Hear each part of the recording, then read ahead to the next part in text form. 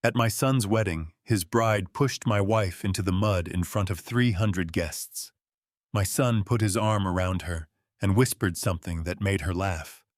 I simply walked to the microphone and said something no one in that room was expecting. Her own father set down his champagne glass. The band stopped playing. Welcome back to Dad's Family Stories. I'm glad you found your way here today. If this is your first time, consider tapping that subscribe button so the next story comes looking for you. Before we get going, I'd love to know if you had to sum up where your heart is right now in just one single word, what would it be? Drop it in the comments. I always read them. One more thing, some details in this story have been shaped for audio storytelling purposes, and any resemblance to real people or events is entirely coincidental.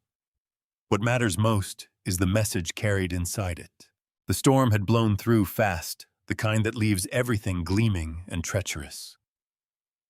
Wet stone underfoot, the lawn turned to soft earth. Carol, 40 years, my wife, was weaving through the reception guests, a smile on her face, balancing a plate of hors d'oeuvres on her way to Derek. Our son was over near the patio railing with Vanessa playing the gracious groom, while a jazz trio worked through a soft melody behind them. It was all going fine until it wasn't. Carol shifted back to let a waiter squeeze past. The heel of her shoe caught the trailing edge of Vanessa's extravagant, custom-designed train. One small, entirely innocent stumble. Carol spun around immediately, her expression-stricken hand extended, already apologizing, before the words even came.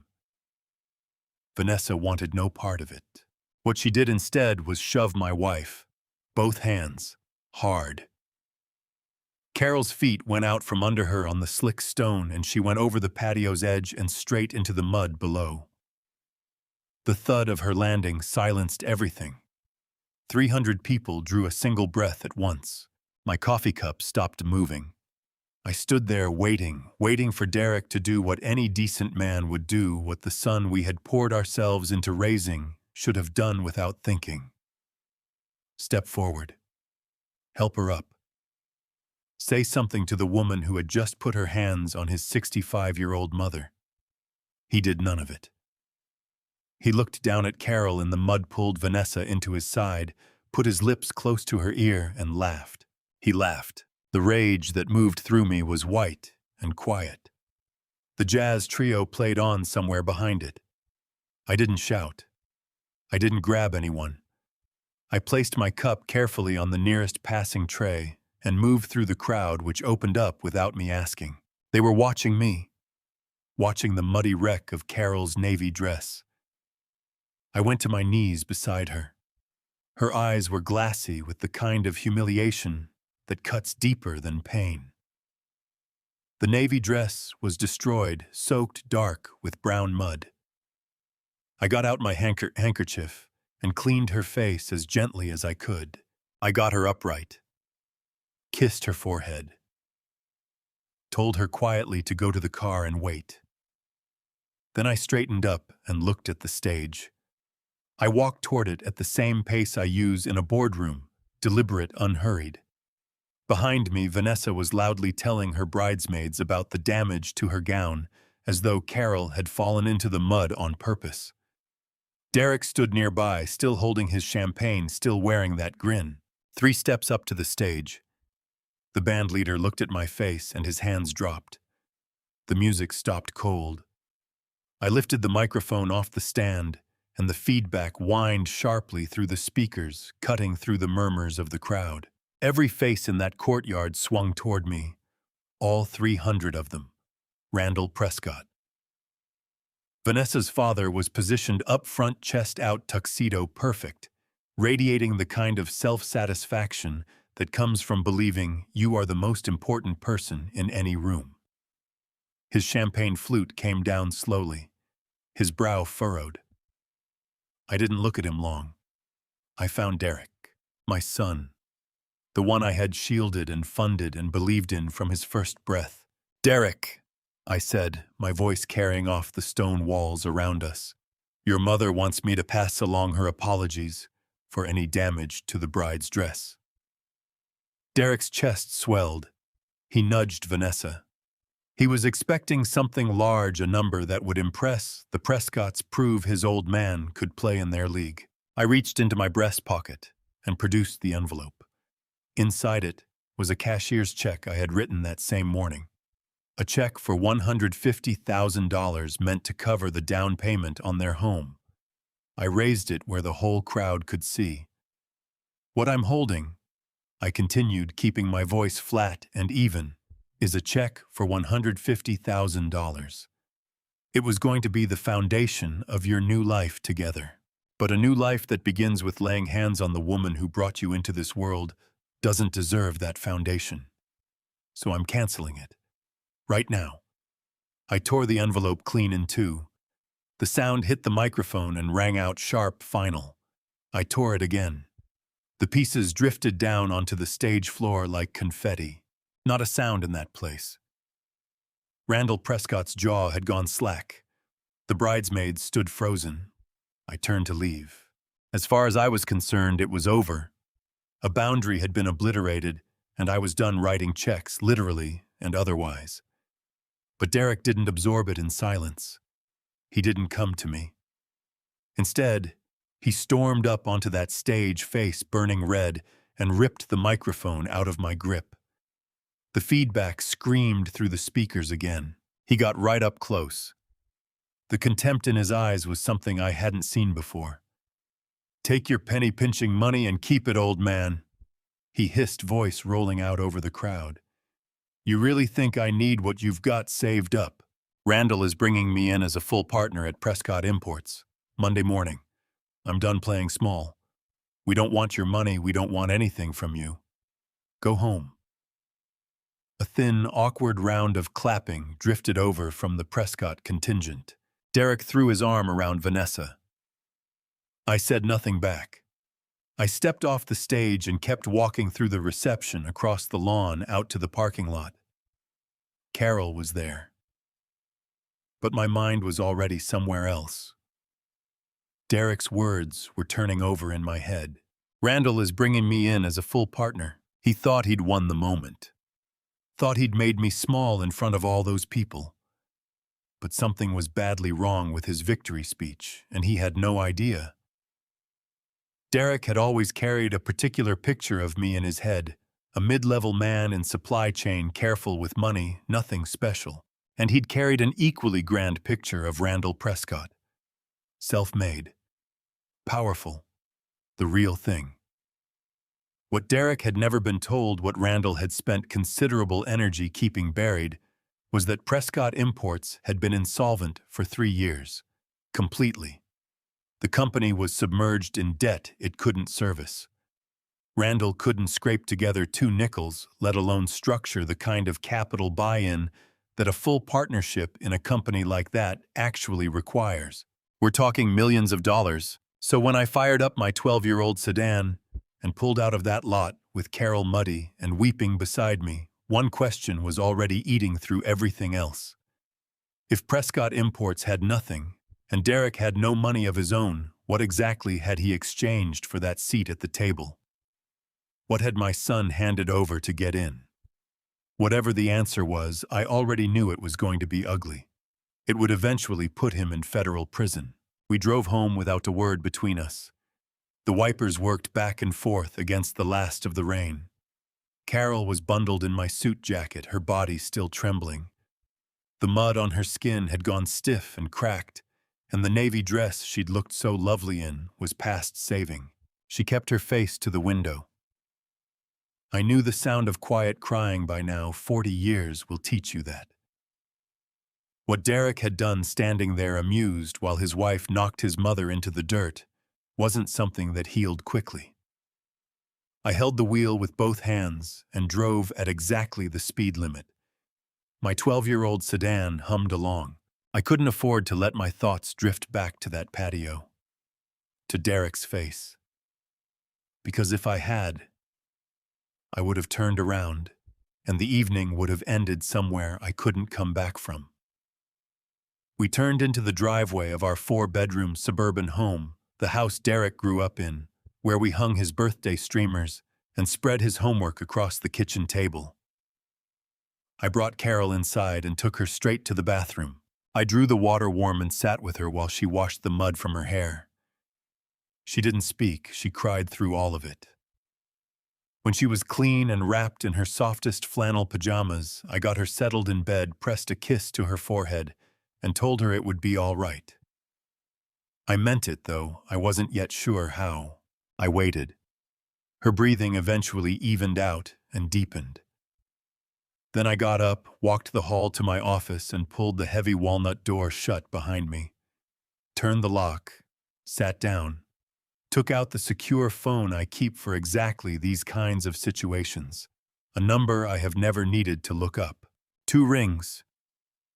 Then Alden's voice clipped alert, instantly professional. My lead corporate attorney, the man I trust with everything that can't go through ordinary channels. No small talk. I told him to get his forensic accounting team out of bed. I needed every financial transaction my son had made in the past 6 months, mapped, sourced, and documented, quietly. And I needed a thorough background review of Randall Prescott, his import operation, its structure, its actual financial position. Alden asked if something specific had happened. I told him my son had announced he'd purchased a full partnership in a company I happened to know was bankrupt, and I needed to find out exactly where that money came from, because Derek had built his whole life on a story about who his father was, and that story was about to change. He had me pegged as a mid-level supply chain manager who pinched pennies and led a dull, unremarkable existence. Our modest house drew his contempt. My 12-year-old sedan earned a dismissive eye roll. In his mind, I was small. I had no vision.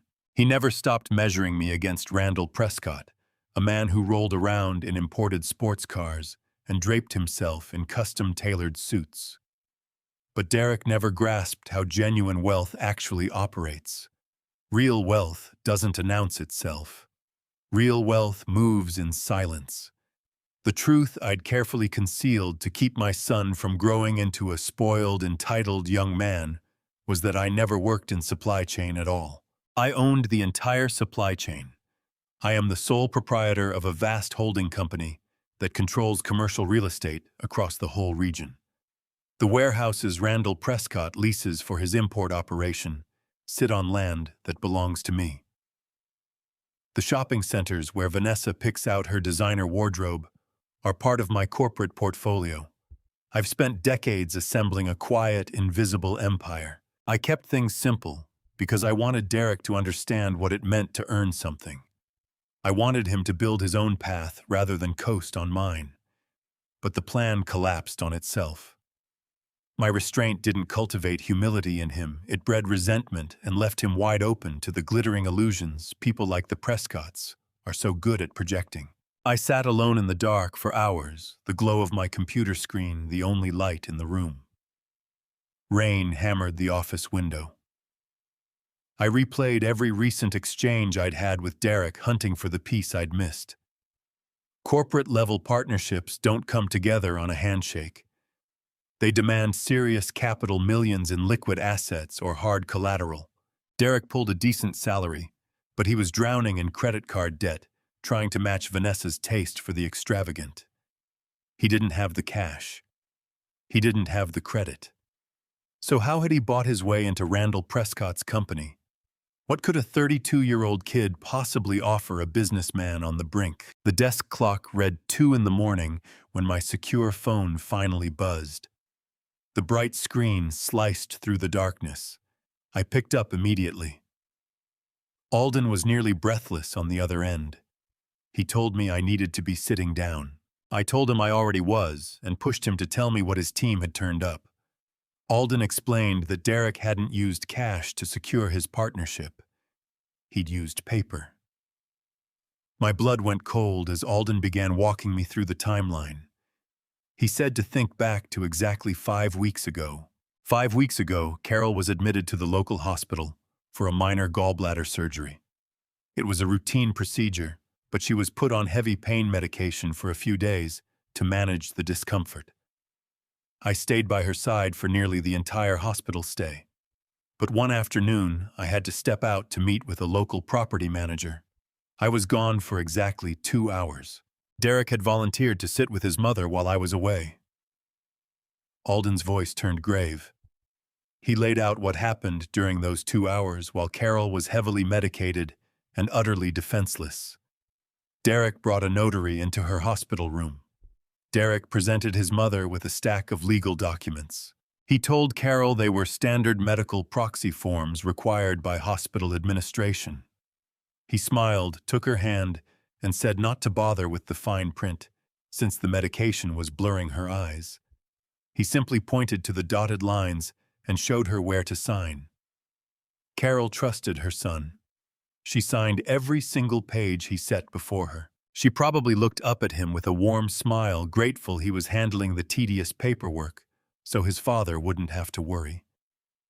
The image of my wife gazing at him with drug-softened affection while he coolly handed her the instrument of our ruin turned my stomach, but those were not medical proxy forms. Alden delivered the devastating truth. Derek had manipulated his own mother into signing a broad, durable power of attorney. That document handed Derek absolute and unchecked legal authority over Carol's financial assets and property rights. The pain in my chest was so sharp I could barely draw breath. My own son had preyed on his mother while she lay in a hospital bed, recovering from surgery. I asked Alden what Derek had done with that document. What followed was a masterclass in betrayal. Alden told me Derek took that fraudulent power of attorney directly to Randall Prescott. Derek used it to sign over the deed to our pristine summer estate. The beautiful lakefront property Carol and I had purchased 30 years ago. The place where we spent every July watching the sun go down over the water. The place where Derek learned to fish, standing on the wooden dock I'd built with my own 2 hands. Derek legally transferred the title of that property to Randall Prescott to serve as hard collateral for a massive corporate loan. That was his buy-in. That was how he locked down his shiny new partnership. He traded our memories and our sanctuary to purchase a fake title from a fake tycoon. I ended the call with Alden and set the phone quietly on my desk. The stillness of the house pressed down like something physical. I looked toward the hallway, toward the master bedroom, where my wife lay sleeping, completely unaware that her son had stripped her of her property while holding her hand in a hospital room. She was already shattered from being shoved into the mud in front of everyone. If she ever learned the full scope of what he'd done, it would break her beyond repair. Derek thought he'd won. He thought his forged paperwork and his arrogant new family had lifted him above his dull, frugal parents. He thought he was untouchable because he figured I was just a worn-out old man with nothing left to swing. He had no idea he'd just woken a sleeping giant. He wanted to play high-stakes corporate games using my assets as chips. He wanted to pull the ground right out from under us. I opened my encrypted corporate ledger and studied the sprawling web of companies I controlled. Come morning, the quiet supply chain manager would be gone. I was going to show Derek and his new father-in-law exactly what real power looks like, and I was going to make certain they walked away with nothing. I didn't hurl my coffee mug at the wall. I didn't shout into the empty hallway. Anger is a cheap emotion. It makes you careless. It makes you loud. And right now I needed to be completely silent. I settled into the heavy wingback chair in my home office, surrounded by total darkness, except for the cold blue light spilling from my monitors. Rain continued to lash the glass, but my mind had no connection to the storm outside. My focus was entirely on the digital trail my son had left in his wake. Derek believed he was a mastermind, executing a high-level corporate play. But the footprint he'd left behind was so broad and reckless, it was nearly an insult to examine. I opened my encrypted master ledger. I moved through 3 separate security firewalls to reach the core banking portal of my holding company. I tapped into the county registry database. It was time to see exactly how deep my son had buried himself. The summer estate was the first piece. I pulled the public property records. There it was, a title transfer executed exactly 2 weeks ago. The forged power of attorney had been scanned and attached to the filing. I stared at the digital copy of my wife's signature. The handwriting was unsteady, shaped by the heavy painkillers running through her system during her hospital stay. My chest tightened again, but I pushed the feeling back down. I had to stay clinical. I had to see this not as a wounded father, but as the chief executive of an empire under assault. Derek had transferred the property to a newly formed corporate entity. I ran a quick search on the registry. It was registered to Randall Prescott. Derek had literally surrendered a multi-million-dollar lakefront property in exchange for nothing. It was a blind, desperate offering, a bid to earn the approval of his contemptuous new father-in-law. But as I dug further into the commercial registry, a secondary filing attached to the same corporate profile caught my eye. I leaned in. You don't attach that specific addendum unless you're leveraging the asset. I cross-referenced the company against the commercial loan databases my holding company keeps watch on. A new entry appeared on screen, and the numbers hit me like a drop from a great height. Derek hadn't simply handed over the deed to the summer house. He'd used that forged power of attorney to originate a massive commercial loan. Randall Prescott had secured $500,000 in liquid cash to pump directly into the imports business. Derek was the primary signatory on the loan application. He had wielded his mother's stolen legal authority to underwrite Randall's bailout. The sheer audacity of it was staggering. But it was the collateral schedule attached to the bottom of the loan agreement that made my blood freeze. A $500,000 commercial line of credit demands substantial backing. The summer house on its own wasn't enough to satisfy the aggressive terms of the bank Randall had chosen. I scrolled to the secondary collateral section, my vision blurring for a fraction of a second. There, spelled out in plain black and white, was the address of my primary residence, the house I was sitting in, at that very moment, the house where my wife lay sleeping down the hall. Derek had cross-collateralized our family home to secure the remainder of the funds for Randall. He put a lien on the roof over his mother's head to buy his way into a counterfeit partnership. If Randall Prescott defaulted on that high-interest loan, the bank wouldn't stop at seizing the summer estate. They would foreclose on the house we'd lived in for 30 years. My son had legally authorized a bank to throw his own parents into the street if his new father-in-law missed a payment. He had sold our past and our present to purchase his own future. I leaned back in my chair and stared at the ceiling. The betrayal was so total, so architecturally complete, it nearly defied comprehension. He had left us with nothing to stand on. Now I faced a choice no father should ever have to confront. I looked at the glowing digital copy of the forged power of attorney on my screen. I had the legal and financial firepower to shred that document with a single phone call. I could reach my attorneys and the banking authorities right now. I could file an immediate fraud injunction. The legal mechanism was straightforward. The moment I declared that document a forgery, the bank's automated compliance protocols would trigger. The $500,000 loan would be recalled instantly. Randall Prescott's company would be thrown into immediate receivership, and his entire pathetic empire would crumble before sunrise. He would be bankrupt and finished.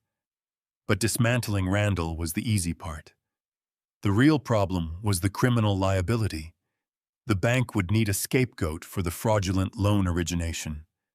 The signature on the commercial application didn't belong to Randall. It belonged to Derek. My son was the one who presented the forged document across state lines to secure the funds. He committed wire fraud. He committed grand larceny. He committed severe elder financial abuse against his own mother. These weren't civil matters that a fine could put to rest. These were federal felonies with mandatory minimum sentencing guidelines.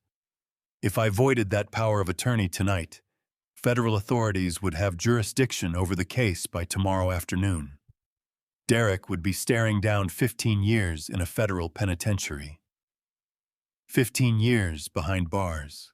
His new marriage would fall apart. His reputation would be permanently destroyed. His entire life would be finished before his 33rd birthday. I got up from my desk and crossed to the window. I watched the rain move across the darkened street below. I thought about the little boy who used to climb onto my lap and grip the steering wheel as I pulled into the driveway. I thought about the teenager I'd stood tall watching cross the high school graduation stage. I thought about the man who just hours earlier had stood on a platform and laughed while his new bride shoved his mother into the dirt. He had told me to go home. He had told me he didn't need my miserable money anymore. He had picked his side. He had chosen greed over loyalty. He had chosen arrogance over respect. If I stayed silent, I would be letting a thief strip my wife of her security. I would be enabling a predator. Derek believed I was weak. He believed I'd simply absorb the humiliation and lie down because I loved him too much to retaliate. He was counting on my paternal instinct to shield him from the fallout of his own monstrous choices. But a father's role isn't to protect a son from the world's hard edges.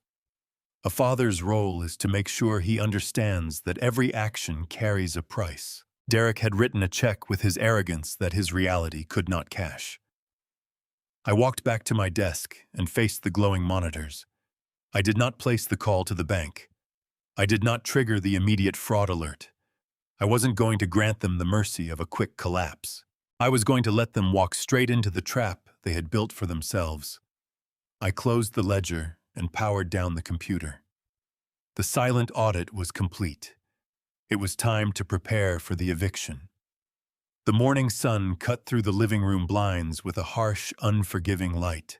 The storm from the night before had completely passed, leaving the suburban streets outside quiet and washed clean. I was standing in the kitchen holding a mug of black coffee. I hadn't slept a single second. I'd spent the entire night in my dark office tracing the digital footprints of my son's massive betrayal. Down the hallway, the house was completely silent. Carol was still asleep in the master bedroom. I had made sure she took a mild sedative to help her rest after the profound humiliation she'd endured at the wedding reception. The modest navy dress she'd worn the day before was sitting in a black garbage bag by the back door, a ruined, mud-stained symbol of the exact moment I lost my son forever. A sudden loud knocking tore through the quiet house.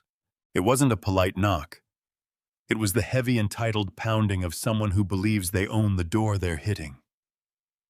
I set my coffee mug on the granite counter and walked slowly toward the foyer. A small, foolish corner of my fatherly heart hoped that Derek had come to his senses overnight. I hoped he was standing on the porch ready to drop to his knees and beg his mother for forgiveness for laughing, while his new bride pushed her into the dirt. I flipped the deadbolt and pulled open the heavy walnut door. Derek and Vanessa were standing on my front porch. They didn't look like newlyweds waking up on the first morning of their honeymoon. They looked like corporate raiders arriving to collect on a debt. Vanessa was wearing a designer athleisure set and oversized dark sunglasses that covered half her face. She was chewing gum with a slow, arrogant rhythm, completely unbothered by the wreckage she'd left behind yesterday. Derek had on a tailored blazer over a crisp, casual shirt. He didn't look at the ground in shame. He looked me straight in the eye, his posture saturated with unearned superiority. He didn't ask how his mother was doing. He didn't offer a single word of apology for the scene at the estate. Instead, Vanessa stepped forward and drove a thick manila folder into my chest. I had to bring my hands up fast to keep it from hitting the porch floor. I opened the folder. The official embossed seal of the county court stared back at me, It was a formal, legally binding 30-day eviction notice. The document demanded that Gerald and Carol Harmon vacate the premises immediately, citing a transfer of ownership deed executed just days prior. I stared at the bold black letters across the top of the page. It was a cold, clinical order to abandon my entire life. I looked up from the papers. Derek crossed his arms and leaned casually against the brick column of the porch. He spoke with a voice so cold and calculated, it sent ice through my veins. He told me the house was no longer mine. He explained that under his new partnership agreement, the property had been fully collateralized under the Prescott corporate umbrella. He said Randall Prescott needed to liquidate this asset immediately to fund their upcoming business ventures and support the new luxury lifestyle he and Vanessa required. He spoke about my home of 30 years as though it were a piece of discarded furniture. This was the house where I had taught him to ride a bicycle in the driveway. This was the house where his mother stood up until 3 o'clock in the morning, helping him finish school science projects. Now he was calling it a liquid asset. He told me they were putting the house on the market next week, and that I needed to have all our cheap, outdated furniture cleared out before the real estate photographers arrived. He said the neighborhood was starting to look a little pathetic anyway, and the property was only good for a quick cash sale. Vanessa reached into her expensive leather handbag. She pulled out a glossy bifold brochure and flicked it in my direction. It fluttered through the air and came to rest on the entryway table inside the house. I looked down at it. It was a pamphlet for a state-run retirement facility on the poorest side of the county. The cover featured a bleak stock photo of elderly people seated in a sterile common room. The place had a reputation for cramped shared quarters, underpaid staff, and an ever-present suffocating odor of bleach. Derek gestured toward the brochure. He told me it was the best they could manage on such short notice. He said I ought to be deeply grateful they'd even taken the time to locate somewhere for us to go.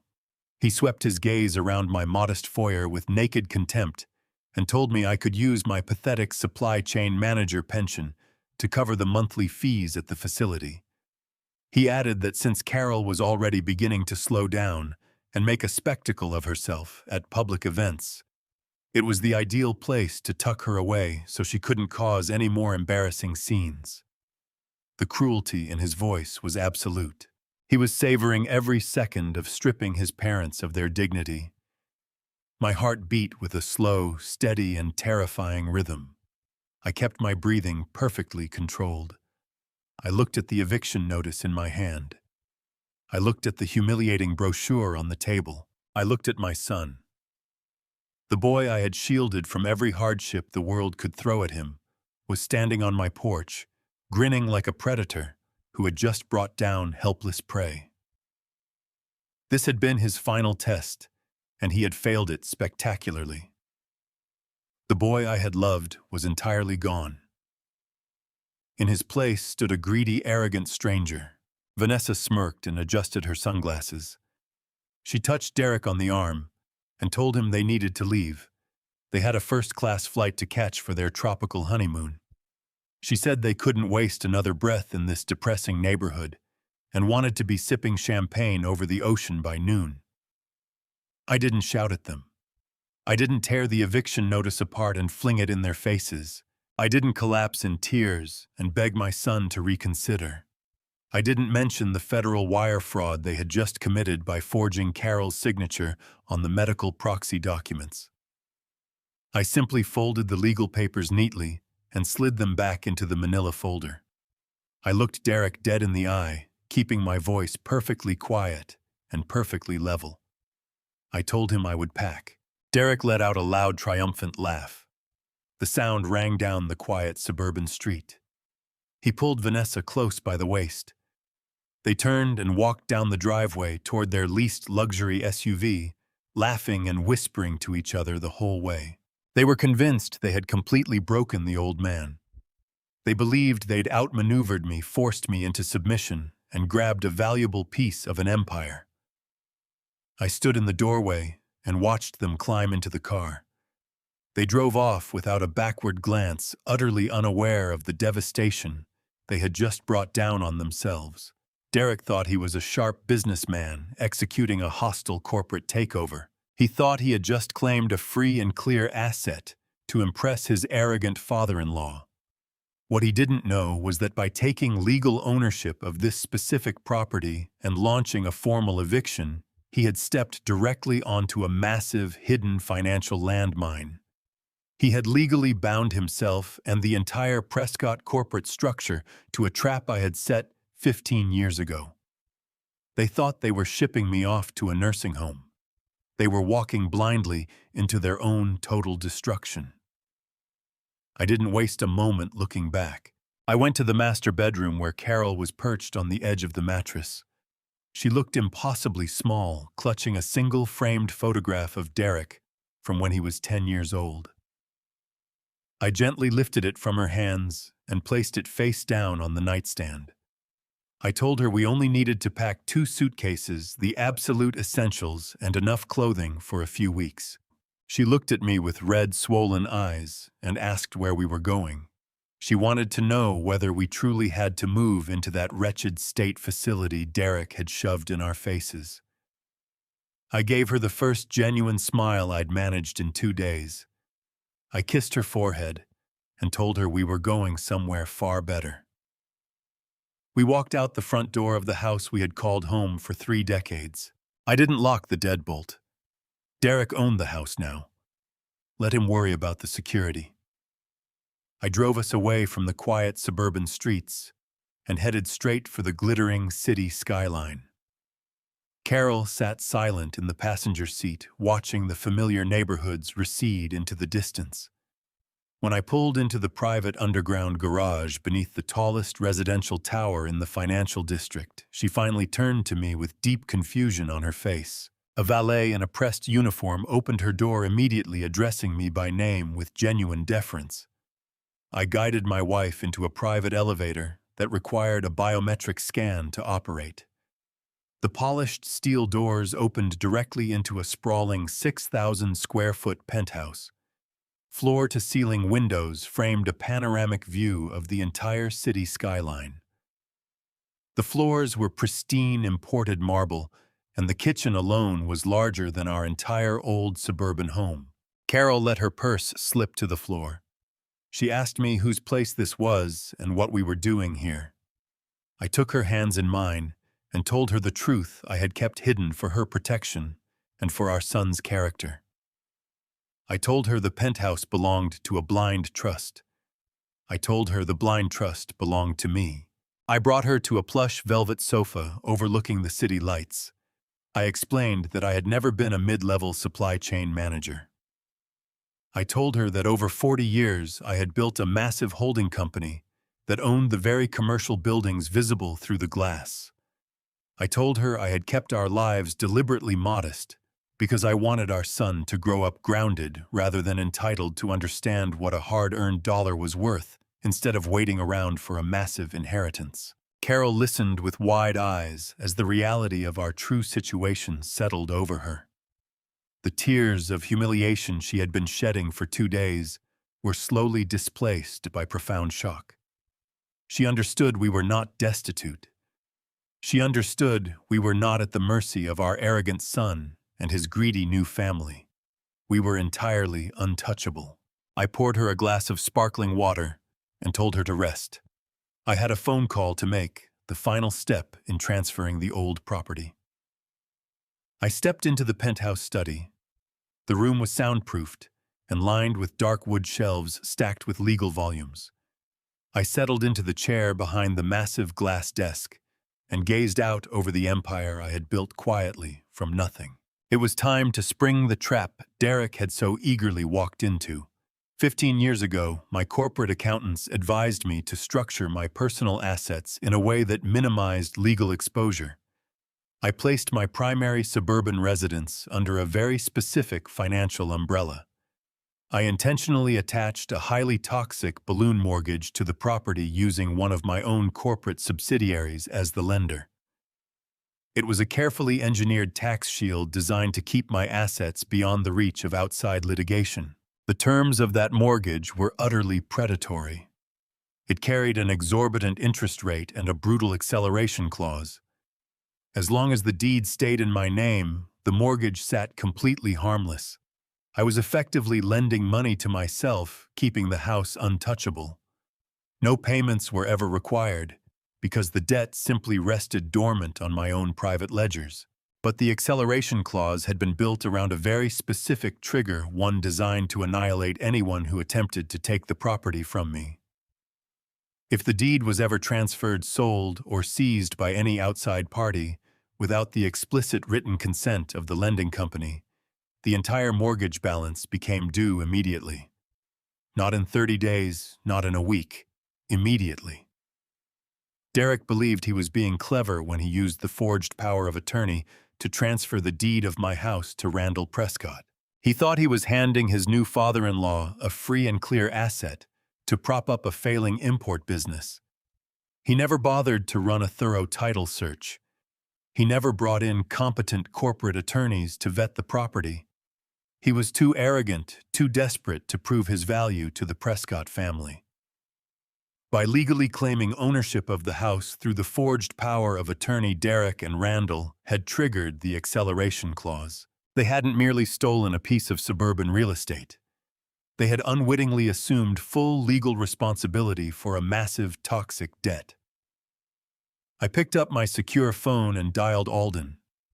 My lead attorney answered on the first ring, already expecting my call. I kept my voice perfectly calm and completely free of any paternal hesitation. I asked Alden whether the county clerk had officially stamped and processed the deed transfer Derek had submitted. Alden confirmed it had been finalized roughly an hour earlier. Randall Prescott was now the legal owner of record for my old suburban home. Standing alone in the empty study, I let a cold, hard smile cross my face. I told Alden to execute the collection protocol on the balloon mortgage. By signing over that deed, Derek and Randall had just tripped a wire triggering an immediate repayment demand of $2.5 million. The debt ran straight to my holding company, due in full by close of business the following day. Alden went quiet for a fraction of a second on the other end of the line. He reminded me that Randall Prescott did not have $2.5 million in liquid assets. He pointed out that Randall was already buried under corporate debt from his failing warehouses and could barely keep his own payroll running. I told Alden that was exactly the point of the trap. When Randall fails to produce the $2.5 million by tomorrow afternoon, our holding company will hold the legal right to seize his business accounts. We will freeze his operating capital. We will drive him into involuntary bankruptcy and dismantle his import operation piece by piece. Alden understood the assignment perfectly, but before hanging up, he put one final crucial question to me. He noted that Derek's name was plastered across every one of the fraudulent transfer documents. When the financial authorities begin investigating this massive default, they will have no trouble tracing the forged signatures straight back to my son. Derek would be looking at 15 years in federal prison for wire fraud and elder abuse. Alden asked me if I was absolutely sure I wanted to send my own flesh and blood to a federal penitentiary. I gazed out the window at the city spread below me. I thought about Derek laughing in the rain while his mother collapsed into the mud. I told Alden to initiate the collection process. Nearly 4,000 miles away, tropical sun hammered down on the crystal-clear waters of St. Lucia. I knew precisely what that weather looked like because my daughter-in-law was broadcasting every single moment of their extravagant honeymoon for the entire world to watch. I sat behind the massive glass desk in my penthouse study, tracking her social media feed as it refreshed on my tablet in real time. Vanessa was posting videos of herself cradling crystal flutes of imported champagne on the deck of an overwater bungalow, designer sunglasses, on a massive sun hat tilted back, laughing without a care into the camera. Derek drifted into the frame every so often in expensive linen shirts and a gold watch he had almost certainly bought on credit. They looked like royalty. They projected the image of a power couple savoring the rewards of enormous success. They were busy selling an illusion of boundless wealth to their friends and followers, completely blind to the fact that their financial oxygen had just been cut off at the source. I poured myself a plain cup of black coffee and watched the digital performance unfold. Derek believed he had outrun the consequences of what he had done by crossing an ocean. He was convinced the forged documents and the stolen house were firmly in his rearview mirror. He assumed Randall Prescott was back home grinding through the dull corporate paperwork while he collected the rewards of his new stolen partnership. What Derek did not grasp was how fast a corporate guillotine drops.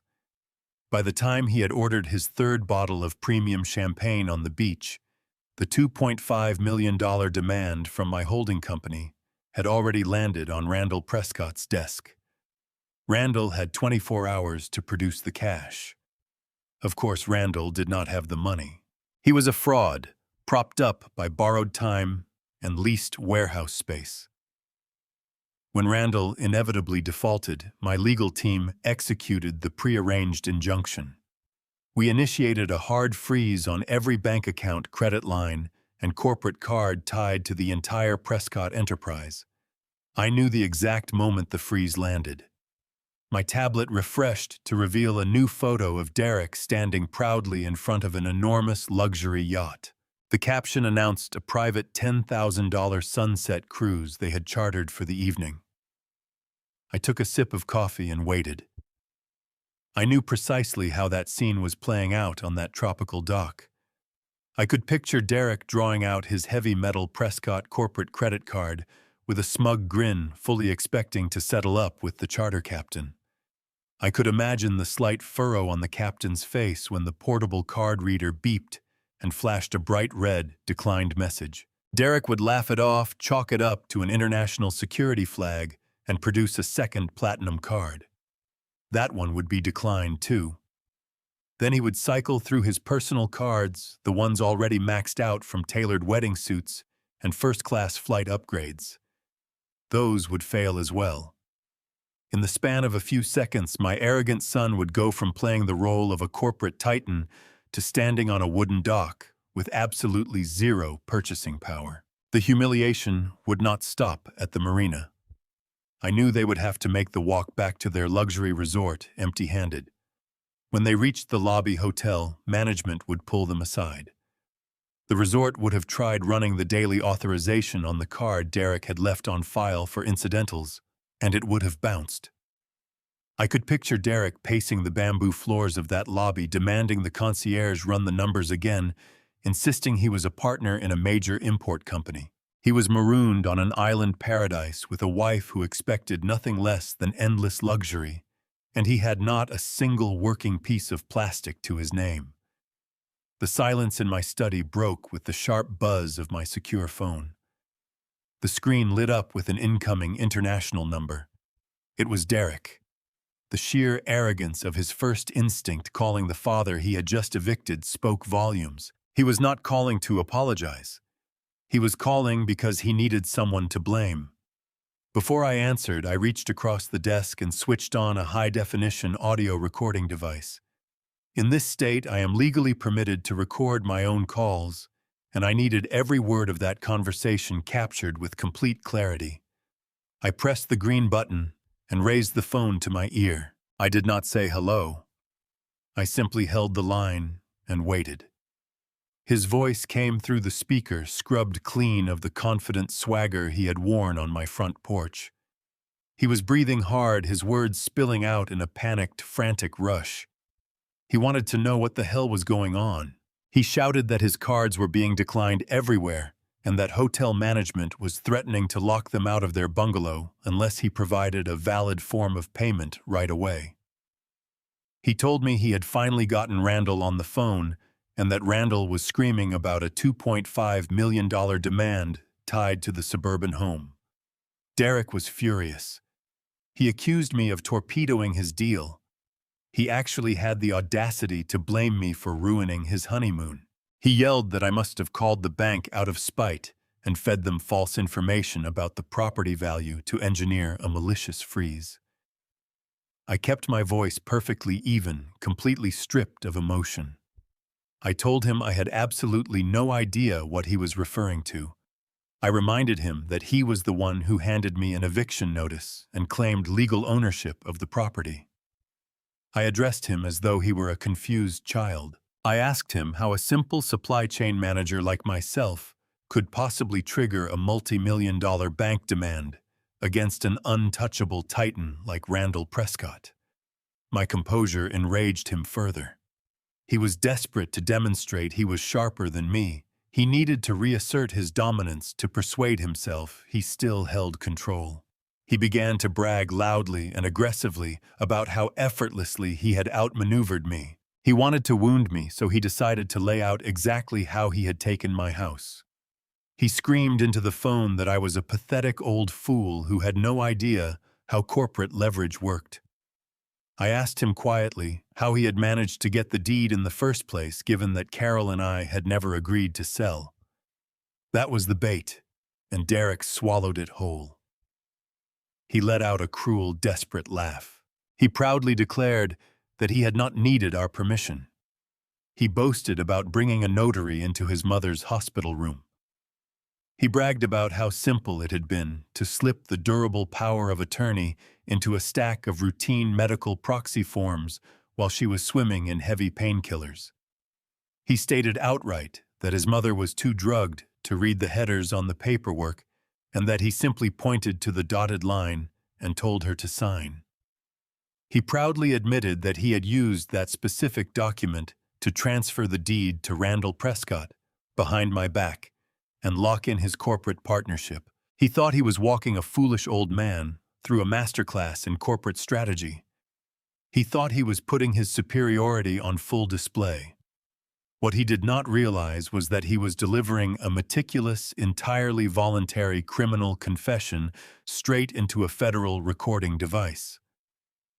He gave me the precise date, the location, the method of deception, and his explicit intent to defraud his own mother.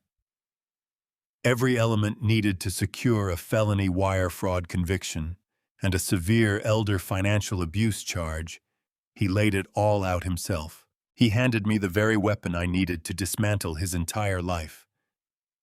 I let him finish his arrogant tirade. I let him breathe heavily into the phone, waiting for me to fall apart. He expected tears. He expected shouting, cursing, some kind of emotional collapse. He wanted me to plead with him to undo what he had done.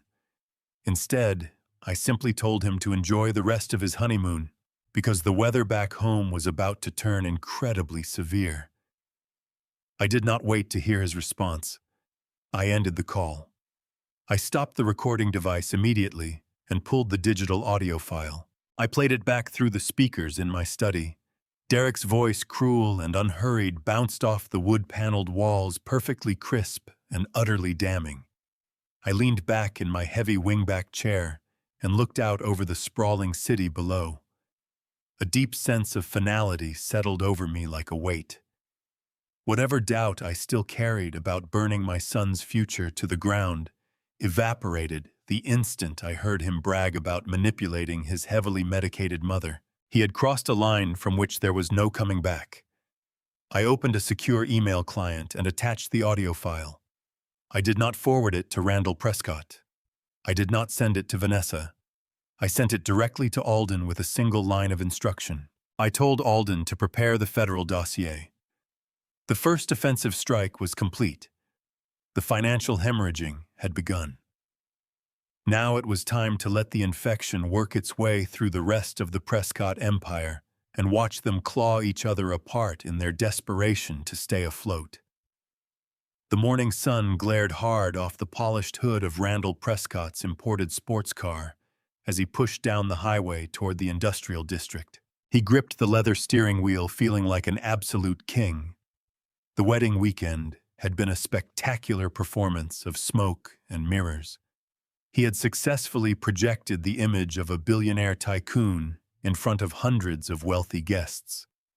He had watched his daughter Vanessa marry a young man who was eager to please and effortlessly manipulated. More importantly, he had secured the deed to a valuable piece of suburban real estate without spending a single dime of his own money. Randall felt completely untouchable. He was convinced he had outplayed everyone in the room. He turned the volume up on the classical music flowing through his premium car speakers, letting the triumphant symphony wash over him. He was heading into the work week feeling recharged and victorious. He steered off the highway and took the familiar exit toward his flagship commercial property. Randall ran his entire import operation out of 3 massive connecting warehouses in the county's busiest logistics hub. Those sprawling steel buildings were the beating heart of everything he had built. Every piece of imported inventory, every delivery truck, every corporate server lived behind those high chain-link fences. But as he swung onto his private access road, the triumphant music suddenly felt out of place. The eerie quiet hit him immediately. No heavy diesel engines were idling at the loading docks. No forklifts were backing up with their familiar warning beeps. Every massive metal loading bay door was rolled tightly shut. Randall slowed to a crawl as he neared the main entrance. His heart lurched when he caught the flash of red and blue lights bouncing off the warehouse walls. 4 law enforcement vehicles sat parked diagonally across the entrance ramps, forming a solid blockade. Federal marshals in dark tactical vests stood shoulder to shoulder in front of the main gate. A crew of private security contractors in high-visibility jackets was busy wrapping thick, heavy chains around the iron bars. Randall hit the brakes hard. He threw the car into park and jumped out, leaving the engine running and the door hanging open. His face flushed crimson with indignant fury. He stormed up to the nearest federal marshal, demanding to know what gave them the right to be on his property. He puffed up his chest and deployed the loud, imperious tone he normally saved for dressing down underpaid staff. The marshal did not flinch. He did not look the least bit intimidated. He simply regarded Randall with a trace of mild pity and held out a thick stack of legal documents clipped to a heavy board. The marshal informed him they were executing a federal commercial lockout order. He stated plainly that the property no longer belonged to Randall Prescott and that his access rights had been officially revoked. Randall snatched the clipboard and stared at the bold black letters across the top of the first page. It was an immediate eviction and asset seizure notice issued by the parent company that owned the industrial park. The company was named Summit Holdings. A cold knot of raw panic began to coil in Randall's stomach as he read through the fine print. His entire business model ran on commercial leases. He did not actually own the ground beneath his empire. For the past 2 months, he had deliberately let the rent notices from his landlord pile up unanswered. He had quietly bled hundreds of thousands of dollars out of his operational budget to cover Vanessa's extravagant wedding catering and imported floral arrangements. He needed the illusion of enormous wealth to hold up in front of the high society crowd. He had assumed Summit Holdings was just a slow-moving, faceless corporate bureaucracy. He figured he could ignore their automated warning letters and settle the late fees whenever his next shipping container cleared. He believed he was too valuable a tenant to face any real consequences. He assumed completely wrong. Summit Holdings did not send another warning. They invoked a zero-tolerance commercial eviction clause buried deep in the original lease agreement. The marshals walked him through the brutal reality of his position with clinical precision. They told Randall the lockout was absolute and all-encompassing. Every physical asset inside those 3 warehouses was now legally seized by the landlord to satisfy the defaulted rent and breach of contract penalties. His entire inventory of imported goods was locked inside. His fleet of delivery trucks was impounded behind the chained gates. His computer servers holding all client data and financial records were completely out of reach. He could not fulfill a single order. He could not ship a single product. He could not even get into his own office to pull his personal files. His entire company had been decapitated in a single morning. Randall turned and looked down the sidewalk. His warehouse managers and office staff were lined up along the curb, holding cardboard boxes filled with their personal belongings. Armed security had marched them out of the building before Randall had even pulled off the highway. They stared at him with a mixture of fury and deep betrayal. He was the man they had worked for, and he had failed them completely. He watched a contractor snap a massive steel padlock shut around the main gate, cinching the heavy chains tight. The metallic clank rang out down the empty street. It was the sound of his entire world cracking apart. He was standing on the outside of his own empire, peering through the fence at a business he could no longer touch. He walked back to his luxury sports car and pulled the door shut behind him. His hands were trembling so badly he could barely get his phone unlocked. The confident, imperious tycoon from 20 minutes ago had vanished, entirely replaced by a desperate, frightened man watching everything burn. He dialed his chief financial officer, screaming into the phone, demanding answers and a way out. The CFO sounded utterly defeated on the other end of the line. He told Randall that Summit Holdings had moved with a speed and aggression unlike anything he had witnessed in his entire career.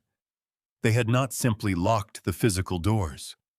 They had triggered emergency injunctions on the corporate surety bonds. The business was paralyzed on every conceivable front simultaneously. Randall understood he was completely out of options. He was going under fast and needed a massive lifeline immediately. He told his CFO to find out exactly who was pulling the strings at Summit Holdings. He demanded the name of the chief executive officer. He was certain that if he could just get a face-to-face meeting with whoever ran the company, he could charm his way through the crisis. He believed he could negotiate a payment plan. In his desperation, he thought he could offer the deed to the suburban home Derek had handed him as collateral to get the warehouse doors reopened. He had absolutely no idea that claiming ownership of that specific house was the precise action that had triggered a separate multi-million-dollar penalty. He thought the house was his salvation. He had no idea it was the anchor dragging him straight to the ocean floor. Sitting in his parked car with the federal marshals stationed just a few feet away, Randall began pecking out a frantic email on his phone. He addressed it to the legal department of Summit Holdings, begging for an audience with the anonymous owner. He discarded every shred of his pride and filled the message with desperate, groveling language. He asked for a 24-hour extension. He reached for phrases like mutual partnership and future growth, trying to flatter the unseen billionaire who had just ground his company to dust. He promised he could make them whole if they would simply unlock the gates. He hit send and stared out at the chained entrance to his ruined empire. He sat sweating through his expensive, tailored shirt in the quiet interior of his car. He held on to the hope that whoever owned Summit Holdings was a reasonable man who might show him a measure of mercy. The ultimate irony of his total destruction was completely invisible to him. He had no idea that the anonymous billionaire he was now groveling before was the very same man he had watched tumble to the background just 2 days earlier. He did not know that the man holding the keys to his entire existence was the man whose wife he had seen fall into the mud. Randall Prescott was begging Gerald Harmon to save his life. The flight back from that tropical paradise was an exercise in pure humiliation because every credit card was frozen solid. Derek and Vanessa were forced to book last-minute economy tickets using whatever balance remained on a prepaid emergency debit card. They spent 14 hours jammed into middle seats near the rear lavatory, hemmed in by crying infants and the stale smell of airplane food. Vanessa kept her designer sunglasses on for the entire flight, concealing her tear-swollen eyes and refusing to exchange a single word with her new husband. Derek stared blankly at the plastic seat back in front of him, sweating through his expensive linen shirt. The arrogant corporate titan who had boasted so freely about his vast wealth was now wedged into the very back of a commercial airliner, desperately trying to understand how his entire world had come apart.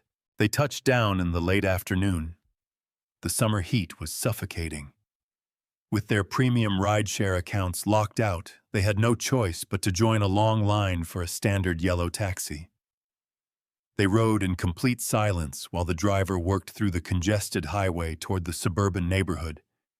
When the cab finally pulled up to the house Derek had taken from his parents, the full weight of their situation began to show itself in physical form. The neatly kept lawn was already looking parched and untended. Derek paid the driver with the last of his folded cash and hauled their bulky luxury luggage up the concrete driveway. He wrestled with the keys, hands trembling, as he got the front door open and pushed inside. The house hit them like a furnace. Heavy summer air hung trapped within thick and stagnant. Derek dropped the suitcases on the hardwood floor and went straight for the thermostat. He jabbed the buttons repeatedly, but the digital screen stayed completely dark. He flipped the hallway and living room light switches, nothing. A cold, creeping dread moved through him. He crossed into the kitchen and turned the handle on the stainless steel faucet. A thin brown trickle fell from the spout, then a hollow hiss of empty pipes. The utility companies had not merely paused service. The bank had initiated a hard physical shutoff. The property was officially flagged as a distressed and foreclosed asset. Vanessa stood in the center of the sweltering living room, clutching her expensive handbag against her chest. She swept her eyes around the dark, airless house and demanded to know what was happening.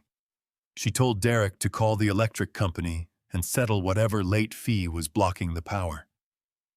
Derek sagged against the granite kitchen counter, dragging the back of his hand across his sweat-slicked forehead. He tried to hold on to his arrogant front. He lied straight to her face, claiming his new corporate partnership was just grinding through some routine bureaucratic delays, but there was no conviction left in his voice. He was a frightened boy, performing the role of a man, and his new bride was beginning to see clean through the act. Before Vanessa could press him further, the shriek of tires cut through the quiet suburban street. A sleek, black luxury sedan swung into the driveway at a hard, aggressive angle. The heavy front door flew open, and Randall let it slam behind him. He did not knock. He charged straight into the dark, stifling foyer, and the look carved into his face was one of undisguised murder. Randall looked absolutely wrecked. His custom-tailored suit was badly creased, his tie wrenched loose around his neck. The polished, commanding tycoon who had presided so proudly over a 300-person wedding reception was nowhere to be found. What stood in his place was a desperate, bankrupt man whose entire operation had just been locked behind federal chains.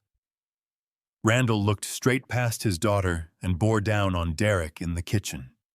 He leveled a shaking finger at his son-in-law and demanded to know exactly what kind of poisoned asset Derek had dropped in his lap. He screamed that his entire import business had been padlocked by federal marshals because an anonymous landlord had executed an immediate commercial lockout. But that was not even the worst of it.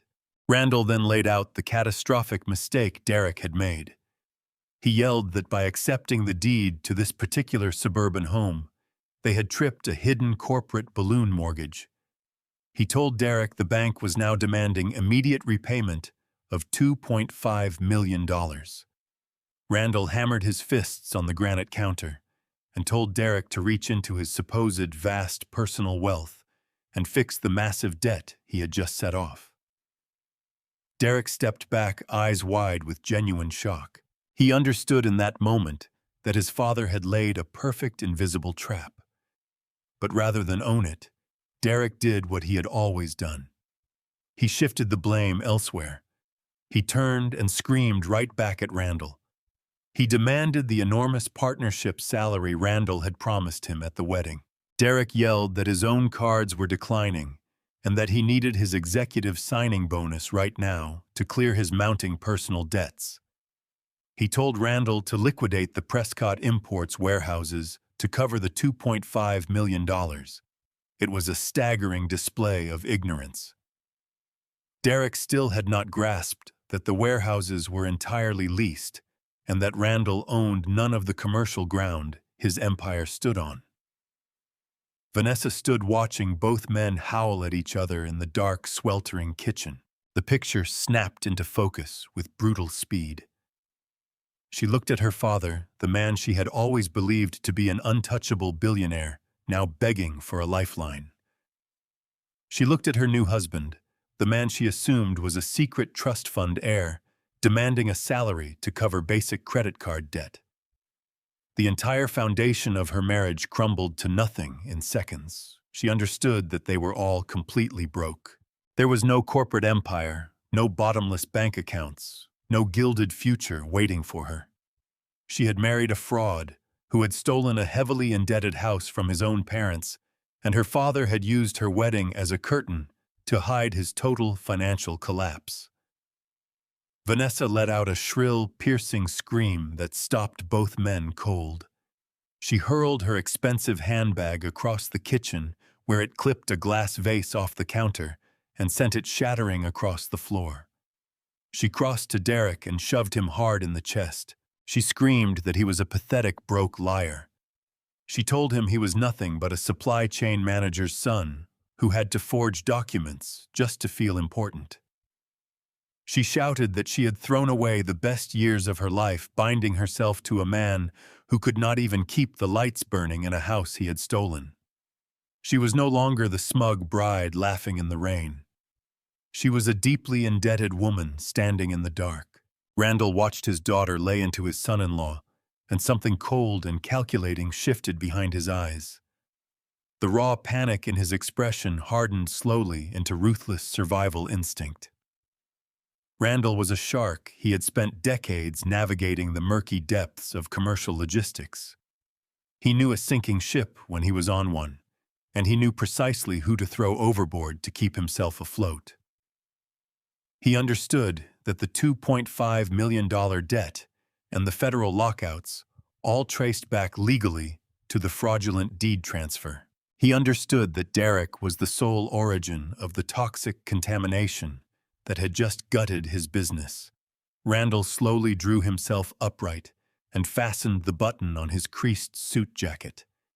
He fixed Derek with a look of pure contempt and told him he was a massive liability. He stated with perfect calm that he had no intention of going down for a federal crime committed by a desperate, arrogant kid. He told Derek that the forged signature on the medical documents belonged entirely to him. What I'm about to share next changed the entire shape of what I understood to be true about the people closest to me. The depth of what had been done and who had done it was something I was not fully prepared for. So let me ask you this: if you suspected someone in your own circle was quietly working against you, would you confront them immediately, or would you wait and build your case in silence? Randall laid out his new plan with chilling clarity. He announced he would walk straight into the district attorney's office the following morning. He was going to hand over the fraudulent property deed and swear under oath that Derek had acted entirely alone. Randall intended to trade his son-in-law to the federal prosecutors in a bid to secure his own corporate immunity. Derek stood frozen in the dark kitchen as the realization poured over him like ice water. The father-in-law he had committed profound treason to impress was now going to be the star witness in his federal prosecution. The arrogant alliance was stone dead, and Derek was completely on his own. The elevator doors parted with a soft, expensive chime opening onto the top floor of Summit Holdings Tower. Randall straightened his tie palms slick with nervous sweat. He was running on raw adrenaline and desperation, having spent the past 48 hours watching his entire import empire sit locked behind federal chains.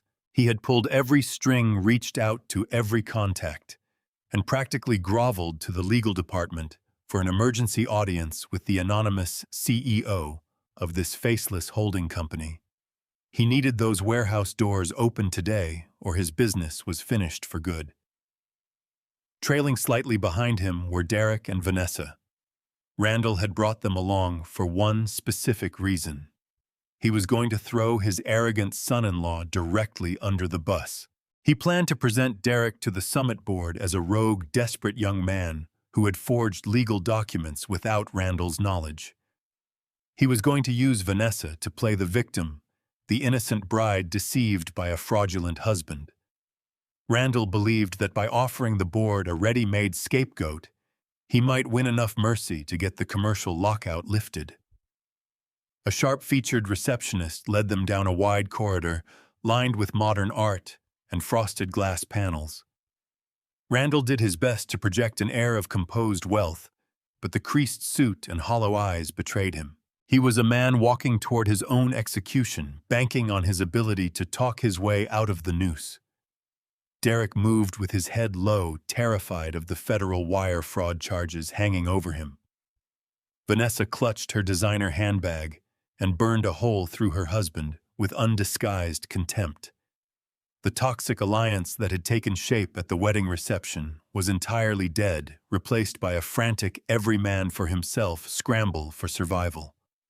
The receptionist swung open a pair of heavy mahogany doors and gestured for them to step into the main boardroom. The room was extraordinary. Floor-to-ceiling windows framed a sweeping, panoramic view of the city skyline.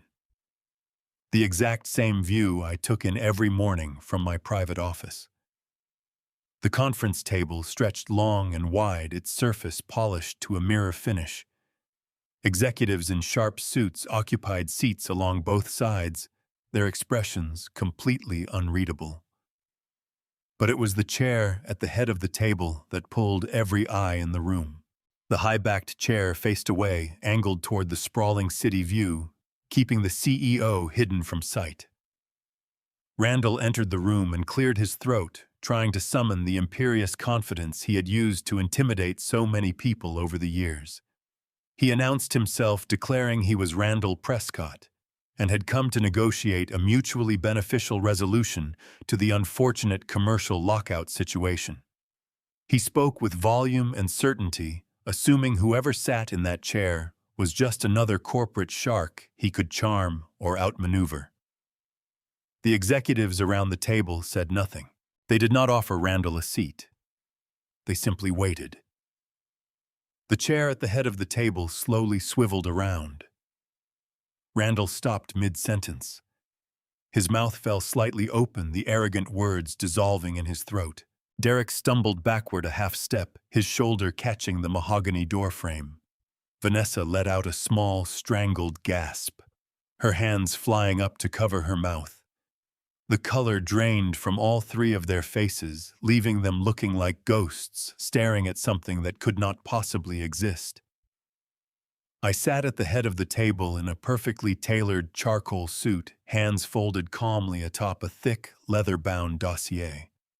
I did not look like the worn-out supply chain manager they had dismissed. I did not look like the old man they had served with an eviction notice.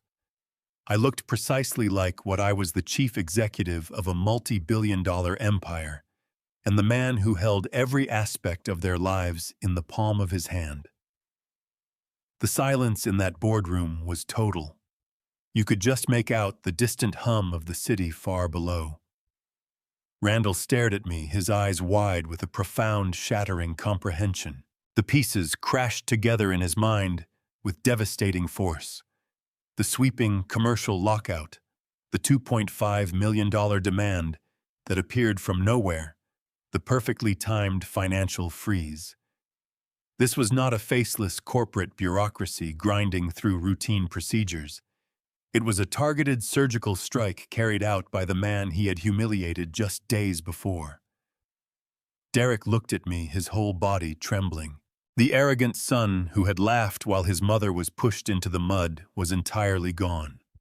In his place stood a terrified boy who had finally grasped the true scale of his mistake. He had attempted to steal a house from a man who owned the city. He had tried to play corporate chess with a man who had written the rules.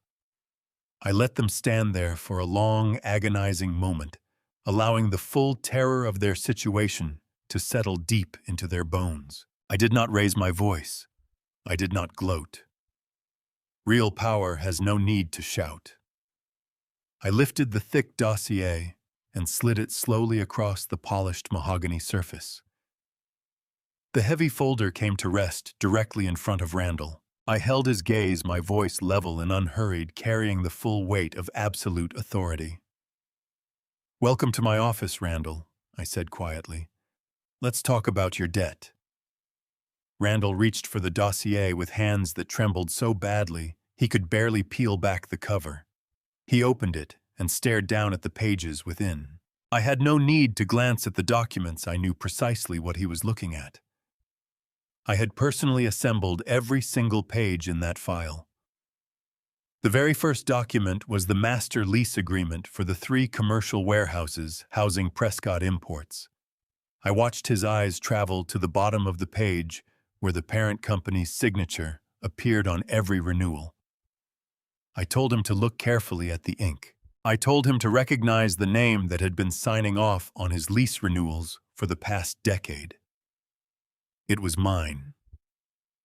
I explained that he had not been renting space from some anonymous corporate entity.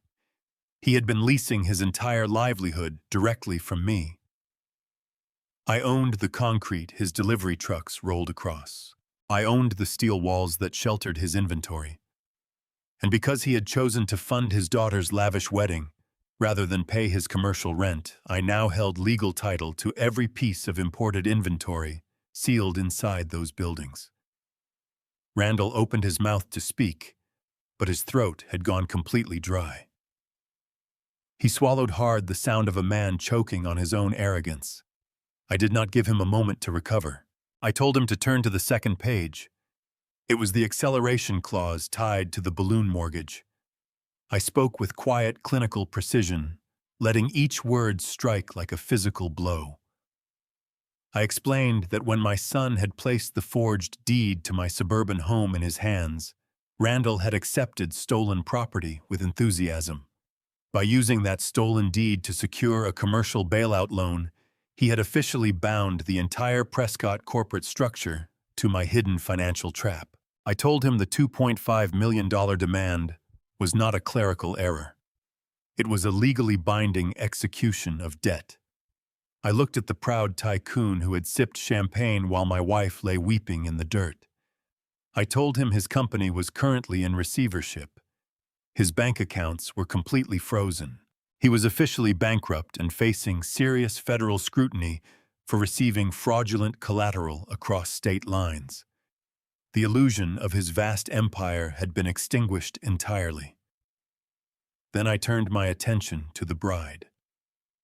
Vanessa stood motionless near the far edge of the great mahogany table. The smug expression she had worn on my front porch the day she handed me the eviction notice was long gone. She looked hollow under the bright boardroom lights, like a woman who no longer recognized the ground beneath her feet. I slid a separate, considerably thinner folder across the polished wood directly toward her. I told her to open it. I told her she deserved to see the exact financial picture of the man she had married. Her manicured fingers hesitated, then lifted the cover with a visible tremor. I did not wait for her to read through it.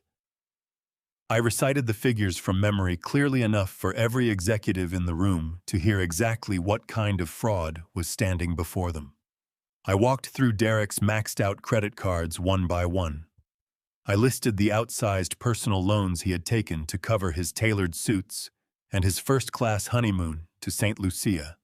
I explained that Derek held absolutely zero equity in the Prescott company because his entire partnership buy-in rested on a forged, stolen, and deeply toxic asset. I watched the understanding move across her pale face like a shadow. She had attached herself to this man purely for his supposed wealth and corporate ambition, only to discover she had bound herself to a flat-broke criminal. I looked at her immaculate designer outfit and reminded her that every luxury she was currently wearing had been financed with fraudulent debt. I told her that the shoes she had used to shove my wife into the mud were purchased with stolen money. The atmosphere in that boardroom fractured completely. The reality of their total destruction landed on all three of them like a building coming down. Randall Prescott, the man who had built his entire identity on physically dominating every room he walked into, collapsed. His knees met the carpeted floor with a heavy, dull thud. He gripped the edge of the mahogany table and looked up at me with tears cutting down his face. He begged me for a payment plan. He pleaded with me to release the warehouse gates, swearing he would spend the rest of his working life paying off whatever he owed. He offered to hand over his entire company if I would just pull the federal marshals back and free his inventory. He was weeping openly, discarding every last scrap of his dignity. I looked down at him, kneeling exactly where I had always intended him to be, and felt absolutely nothing. He was settling the account his arrogance had run up. Beside him, the shock in Vanessa's eyes curdled into pure, blazing fury. She looked at her father broken on his knees and understood that her new husband was the sole reason her entire privileged existence was going up in flames. She turned toward Derek. She did not scream right away. She simply raised her hand and landed a vicious, open-palmed slap directly across his face. The crack rang through the silent boardroom, a precise echo of the same physical violence she had turned on my wife at the reception. She screamed that he was a liar. She screamed that he had destroyed her life and taken her family down with him. She cursed him for posing as a wealthy heir when he was nothing but a pathetic thief. Derek stumbled backward, clutching his reddened, stinging cheek, completely paralyzed by the implosion of his entire world. The executives seated around the table observed the scene with cold detachment. Derek scanned the room, searching for one sympathetic expression, and finding only hard judgment. He finally pulled his eyes away from his furious wife and fixed his panicked gaze on me. The arrogant corporate raider had vanished entirely. He looked exactly like the frightened little boy who used to break things in the garage and wait for me to quietly make the problem disappear. His chest heaved as he took a step toward me, his voice cracking under the enormous weight of what had come crashing down on him. "Dad," he whispered the word, floating out into the vast glass room. "How do we fix this?" I settled back in my heavy wingback chair and folded my hands over the dossier. I looked at the son who had stood in the rain, laughing at his mother's humiliation. I looked at the man who had guided a notary to his drugged mother's hospital bedside and walked away with her signature. "We don't," I replied, my voice entirely free of any trace of paternal warmth. "You evicted me. I'm just your landlord now." The silence that followed was absolute. Derek stood there with the bright red imprint of his wife's hand still burning on his cheek, waiting for me to throw him a rope. He was waiting for the father who had fixed every broken thing and absorbed every consequence to somehow conjure a solution and make the $2.5 million demand dissolve into nothing. I did not shift a single muscle in his direction. Instead, I reached into the inner pocket of my tailored suit jacket. I withdrew a small black digital audio player and set it down gently on the polished mahogany table alongside the thick dossier cataloging his financial ruin. Randall was still on the floor, weeping quietly into his hands. Vanessa stood breathing hard, her gaze locked on Derek with a hatred so concentrated it seemed to pulse in the air between them. The board executives remained perfectly still, bearing witness to the demolition of a family in real time. I looked at Derek and told him his greatest mistake was not stealing from me. His greatest mistake was assuming I was not paying attention. I pressed the play button on the small black device. The audio was crystal clear, filling the room as it bounced off the floor-to-ceiling glass. It was the exact recording of the phone call Derek had placed to me from his luxury bungalow in St. Lucia. My calm, measured voice came through first, asking him a straightforward question about how he had managed to secure the deed to my house. Then came his answer. Derek heard his own arrogant voice rolling through the boardroom. He heard himself laughing a cruel, mocking sound that seemed to belong to a different man. He listened in paralyzed horror as his recorded self walked through the entire scheme in proud detail. The recording laid out precisely how he had brought the notary into the hospital room. It captured him boasting about sliding the durable power of attorney into a stack of routine medical proxy forms. Everyone in the room heard him state explicitly that his mother was heavily medicated on painkillers and too unfocused to read the headers on any of the paperwork. His own voice bragged about pointing to the dotted line and telling her to sign. Derek stood motionless before the table. The blood abandoned his face entirely, leaving him the color of chalk. He understood he was listening to his own voluntary criminal confession, playing back to a room full of witnesses. Vanessa pulled her hands to her mouth and took another step away from him, as though proximity itself had become dangerous. Even Randall stopped his weeping and lifted his face from the carpet, eyes wide with a fresh and deeper level of terror. Every person in that room understood exactly what the recording meant. I reached out and pressed pause. The silence that dropped into the room felt denser than the audio had. I looked directly into my son's terrified eyes and kept my voice perfectly composed, purged of any last remnant of fatherly feeling. I told him he believed he was exploiting a clever corporate loophole. What he had actually done, I explained, was commit severe elder financial abuse against a vulnerable patient recovering from surgery. I watched his chest labor as he fought to draw air. I pressed forward with my clinical account of his actions. I told him that when he took that forged document and presented it to a commercial bank to secure a $500,000 loan for Randall, he committed grand larceny. I explained that because the bank he defrauded was headquartered in another state, and because he authorized the electronic transfer of those funds while sitting on a tropical island, he had committed federal wire fraud. I watched his knees begin to visibly tremble. I walked him through the brutal reality of the federal justice system. These were not civil disputes that could be resolved with a fine or a bankruptcy filing. These specific felonies carry mandatory minimum sentencing guidelines. There is no parole in the federal system. I told him he was not staring down a financial penalty. He was staring down the prospect of spending the most productive years of his life inside a concrete cell. Derek began to shake his head slowly back and forth in hollow denial. His mouth opened, but produced nothing. He stared at the audio player on the table, as though it were a loaded firearm trained on his chest. He finally grasped the seamless nature of the trap I had constructed.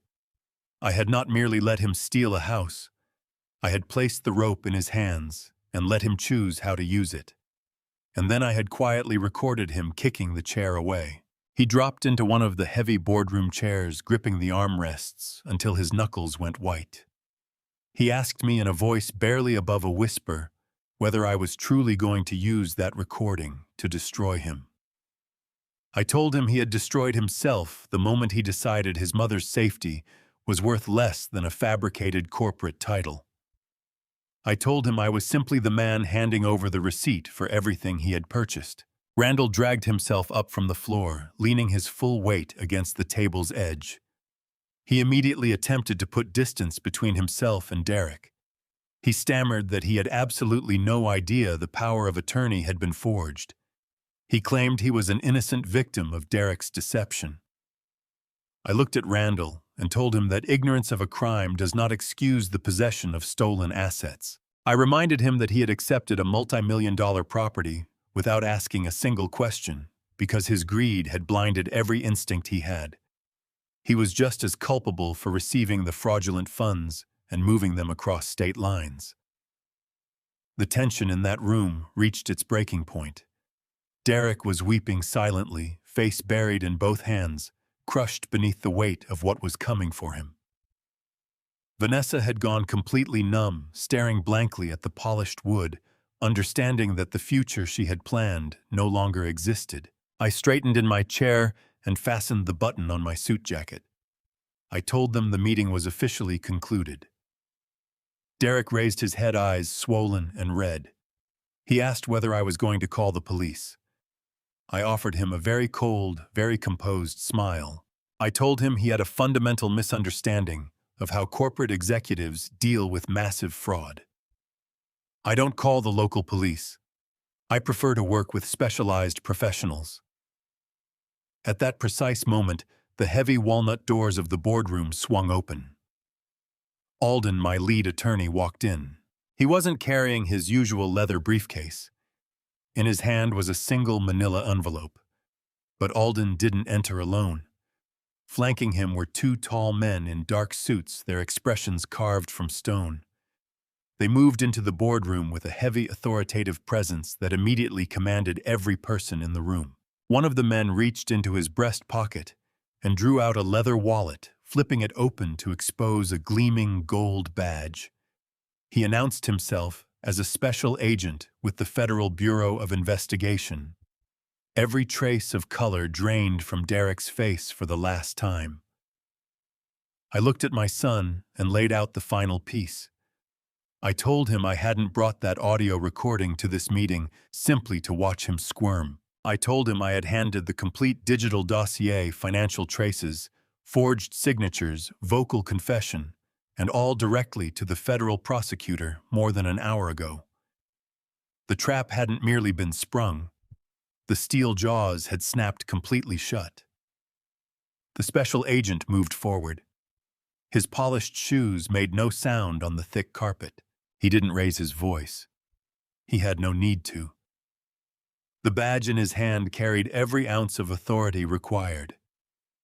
He fixed his gaze on Derek and stated his full name. Then he recited the federal charges with a practiced, robotic precision. Wire fraud, grand larceny, elder financial abuse.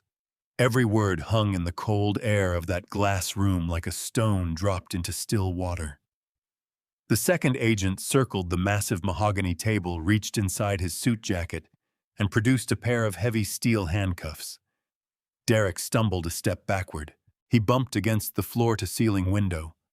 He looked like a cornered animal. His hands came up in front of his chest, as though he could physically push the charges away from his body. He shook his head in frantic denial. He told the agents there had been a mistake. He told them he was a partner in a major import corporation. He jabbed a trembling finger in my direction and yelled that I was nothing but a bitter old man trying to destroy his business deal. The agent didn't bother arguing. He simply took Derek's wrist, twisted my son's arm behind his back in one swift, professional motion. The sharp metallic click of the handcuffs rang through the silent boardroom, like the most definitive sound I had ever heard. It was the sound of a life collapsing in on itself. Randall was still on the floor. He watched the agents secure his son-in-law. Then he began scrambling backward across the carpet like a crab desperate to put distance between himself and Derek. Randall raised both hands in surrender. He stammered that he was completely innocent. He wailed that a rogue employee had manipulated him. He offered to testify against Derek in open court. He promised to hand over his entire company ledger if they would simply let him walk out of the building. The lead agent shifted his attention to Randall.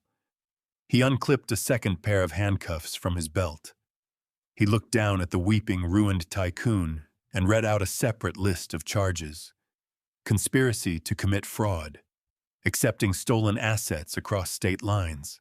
The agent made clear that ignorance is not a valid legal defense when you accept a stolen multi-million-dollar property to shore up a fraudulent corporate bailout. He hauled Randall up from the carpet and secured his hands behind his back with little ceremony. The proud, arrogant father of the bride was now nothing more than a common federal suspect. He sobbed openly. He begged for his lawyer. He begged for mercy. Nobody in that room offered him a single ounce of pity. Derek began to unravel. The reality of cold steel around his wrists finally cut through his delusion. He understood he wasn't heading to a luxury hotel. He wasn't going back to his stolen house. He was going to a federal holding cell. He began to hyperventilate. He looked at me with wild, terrified eyes. He begged me to call the agents off. He pleaded with me to pull back the lawyers. He promised he would return the house. He swore he would spend the rest of his life paying off the debt. He called me Dad over and over again. His voice cracked and dissolved into high-pitched sobs. I didn't move. I sat perfectly still in my heavy wingback chair and watched the consequences of his choices swallow him whole. The heavy walnut doors of the boardroom opened one final time. The room went completely silent. Carol walked through the doorway. My wife looked absolutely breathtaking.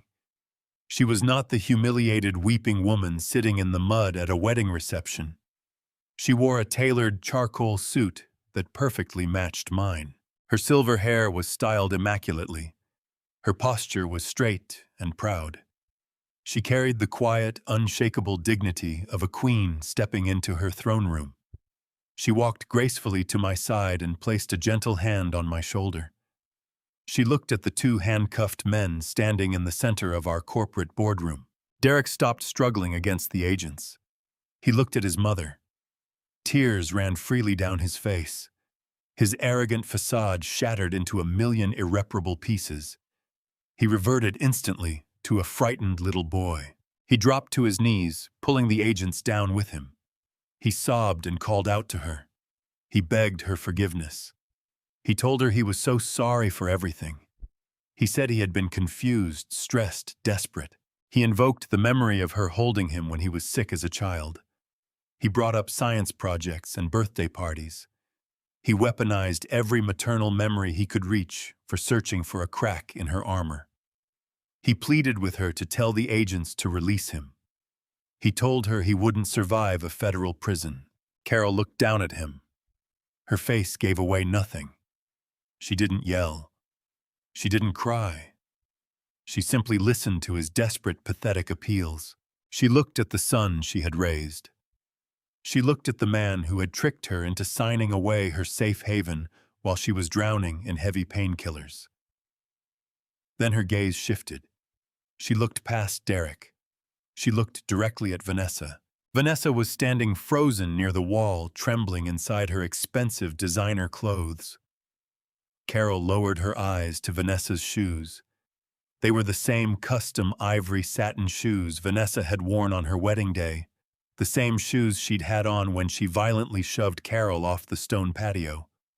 Because Derek and Vanessa were entirely bankrupt, their credit cards frozen, and accounts seized, Vanessa hadn't been able to afford a trip to the dry cleaners.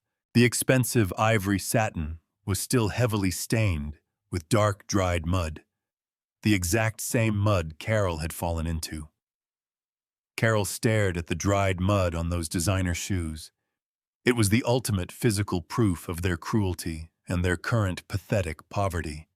It was the undeniable reminder of how they had treated her when they believed they held all the power. Carol didn't need to say a single word. She lifted her head. She looked at Derek one last time. Her eyes held no trace of maternal love. The well of her forgiveness had run completely dry. Carol turned her back on her son. She faced the sprawling windows and the glittering city stretching out below the city that belonged to us. She did not look back. Derek's screams bounced off the glass walls. He wailed for his mother as the federal agents pulled him to his feet. They moved him toward the boardroom doors. He thrashed and kicked, but the agents were far stronger. They hauled him down the hallway toward the elevators. Randall was dragged out right behind him, weeping and offering apologies to empty air. The heavy walnut doors swung shut, cutting off the sound of Derek's desperate, wretched cries. The elevator chimed, and then there was nothing but silence. I rose from my chair. I buttoned my suit jacket and placed my hand gently over Carol's hand. We stood together in the quiet boardroom, completely at peace. The cancer had been cleanly excised from our family. Vanessa was left standing entirely alone in the center of that vast glass room. She wasn't handcuffed.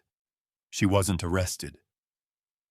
The federal agents had no interest in her. Her name appeared on none of the forged documents, but her punishment was far worse than a quick arrest. She stood trembling beneath the bright fluorescent lights, absorbing the absolute totality of what her life had become. She had married a man purely for his money and his status. She had mistreated everyone who stood in her path. Now she was completely bankrupt. Her credit cards were declined. She had no access to cash. She had been legally evicted from her stolen home. She had nowhere to sleep that night. Her father was on his way to a federal holding cell, and her new husband was staring down a mandatory minimum sentence in a federal penitentiary. She was left with absolutely nothing, the clothes on her back, and a pair of mud-caked wedding shoes. We didn't say a word to her. We simply walked out of that boardroom and left her alone in the wreckage of her own arrogance. 2 weeks had passed since the heavy walnut doors of the corporate boardroom slammed shut on my son's arrogant life. The storm of federal indictments, corporate asset seizures, and public humiliation had torn through the city, dominating the local financial news cycle. Carol and I didn't watch the broadcasts. We had no need to witness the spectacular public ruin of the people who had tried to tear us apart. We spent those days in the quiet sanctuary of our penthouse, reclaiming the peace that had been stripped from us over the preceding months. The toxic weight of stress that had pressed down on my wife was entirely gone. Her smiles were real again. The shadow of our son's betrayal would always be woven into our history, but it no longer governed our present. We were moving forward. It was a Tuesday evening, and the city was being hammered by a relentless, torrential downpour. Rain beat against the floor-to-ceiling windows of the penthouse, smearing the glowing lights of the financial district into long streaks of gold and red. Carol and I had decided on a quiet dinner at a private restaurant across town. We took the biometric elevator down to the secured underground parking garage. The subterranean concrete cavern was utterly silent and harshly lit by rows of sterile fluorescent tubes. The air carried a faint trace of damp pavement and expensive motor oil. I pressed the button on my key fob, and the lights of my luxury sedan blinked in the distance. As we moved toward the car, a small, shivering shadow peeled itself away from the concrete pillar right beside my parking space. Carol stopped and gripped my arm. I stepped slightly ahead of her, keeping my face completely neutral as the figure moved out into the overhead glare. It was Vanessa. She had somehow found a way past the building's strict security protocols, perhaps by slipping in behind a delivery truck through the service entrance or squeezing through a closing gate. The woman standing in front of me bore absolutely no resemblance to the arrogant bride who had worn a custom gown and expected the world to kneel at her feet. She was entirely unrecognizable. Her clothes were cheap and badly fitted. She had on a thin, oversized raincoat soaked completely through, plastered against her trembling frame. Her hair was matted flat against her skull by the freezing rain. Her face was pale, gaunt, and stripped bare of the expensive makeup she used to wear, like a suit of armor. She stood there, hugging herself for warmth. She looked like a stray dog, utterly broken and desperate. The high society friends she used to brag about had clearly disappeared the instant her father's accounts were frozen by federal marshals. The luxury boutiques and exclusive clubs had shut their doors to her. She was a woman who had constructed her entire identity on the illusion of wealth, and without that money, she had simply ceased to exist in the world she once dominated. "Gerald, please," she whispered, her voice cracking and bouncing weakly off the concrete walls. Gone was her usual demanding tone. She sounded small and pathetic. She took a hesitant step forward, eyes fixed on the wet pavement. I have nowhere else to go. I didn't offer her a towel. I didn't ask how she'd gotten past the security desk. I simply stood there holding my car keys, waiting for her to explain what exactly gave her the right to ambush my wife and me in our private residence. She looked up at Carol with wide, pleading eyes, desperately reaching for some trace of maternal pity. Carol stared back at her with a cold, impenetrable gaze. There was no sympathy remaining in my wife's heart for the woman who had shoved her violently into the mud. Vanessa stammered, pulling her soaked coat tighter around her shoulders. She started to cry, though the tears felt calculated and entirely self-serving. I didn't know what Derek and my father were planning. They lied to me from the very beginning. They told me Derek was a wealthy heir. My father pushed me into the marriage to lock down his business dealings. I was just a pawn in their corporate games. They used me, Gerald. I'm a victim of their manipulation, just like you and Carol. The sheer audacity of that narrative was almost impressive. She was standing in my parking garage, attempting to rewrite the entire history of her own cruelty. She wanted me to believe she had been an innocent bystander, swept up in a storm brewed by greedy men. She was asking me to forget the arrogant smirk she wore when she handed me the legal eviction notice on my own front porch. She wanted me to overlook the fact that she had actively taken part in the emotional abuse of my wife. "I need a loan," she blurted, her voice climbing in a frantic rush. "I need to hire a divorce attorney to formally separate myself from your son before his federal trial begins.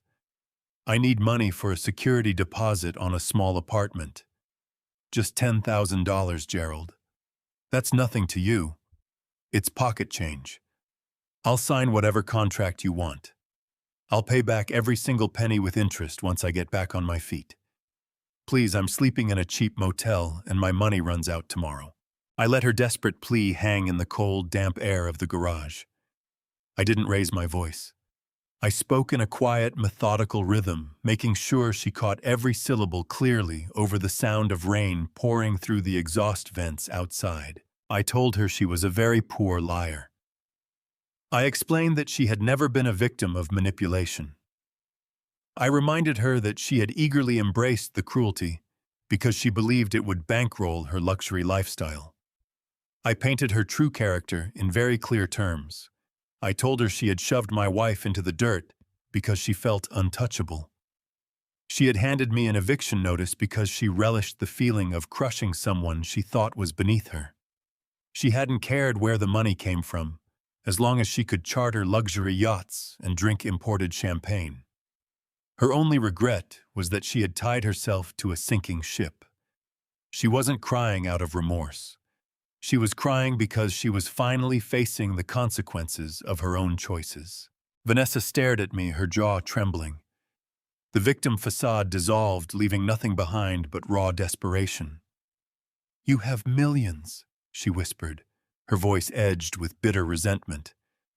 "You can ruin my father and send your own son to prison, but you can't spare a few $1,000s to help a woman you destroyed." "I didn't destroy you," I replied calmly. "You destroyed yourself the moment you decided human dignity mattered less than a designer label." I reached into the inner pocket of my tailored suit jacket. Vanessa's eyes immediately lit up with a pathetic flicker of hope.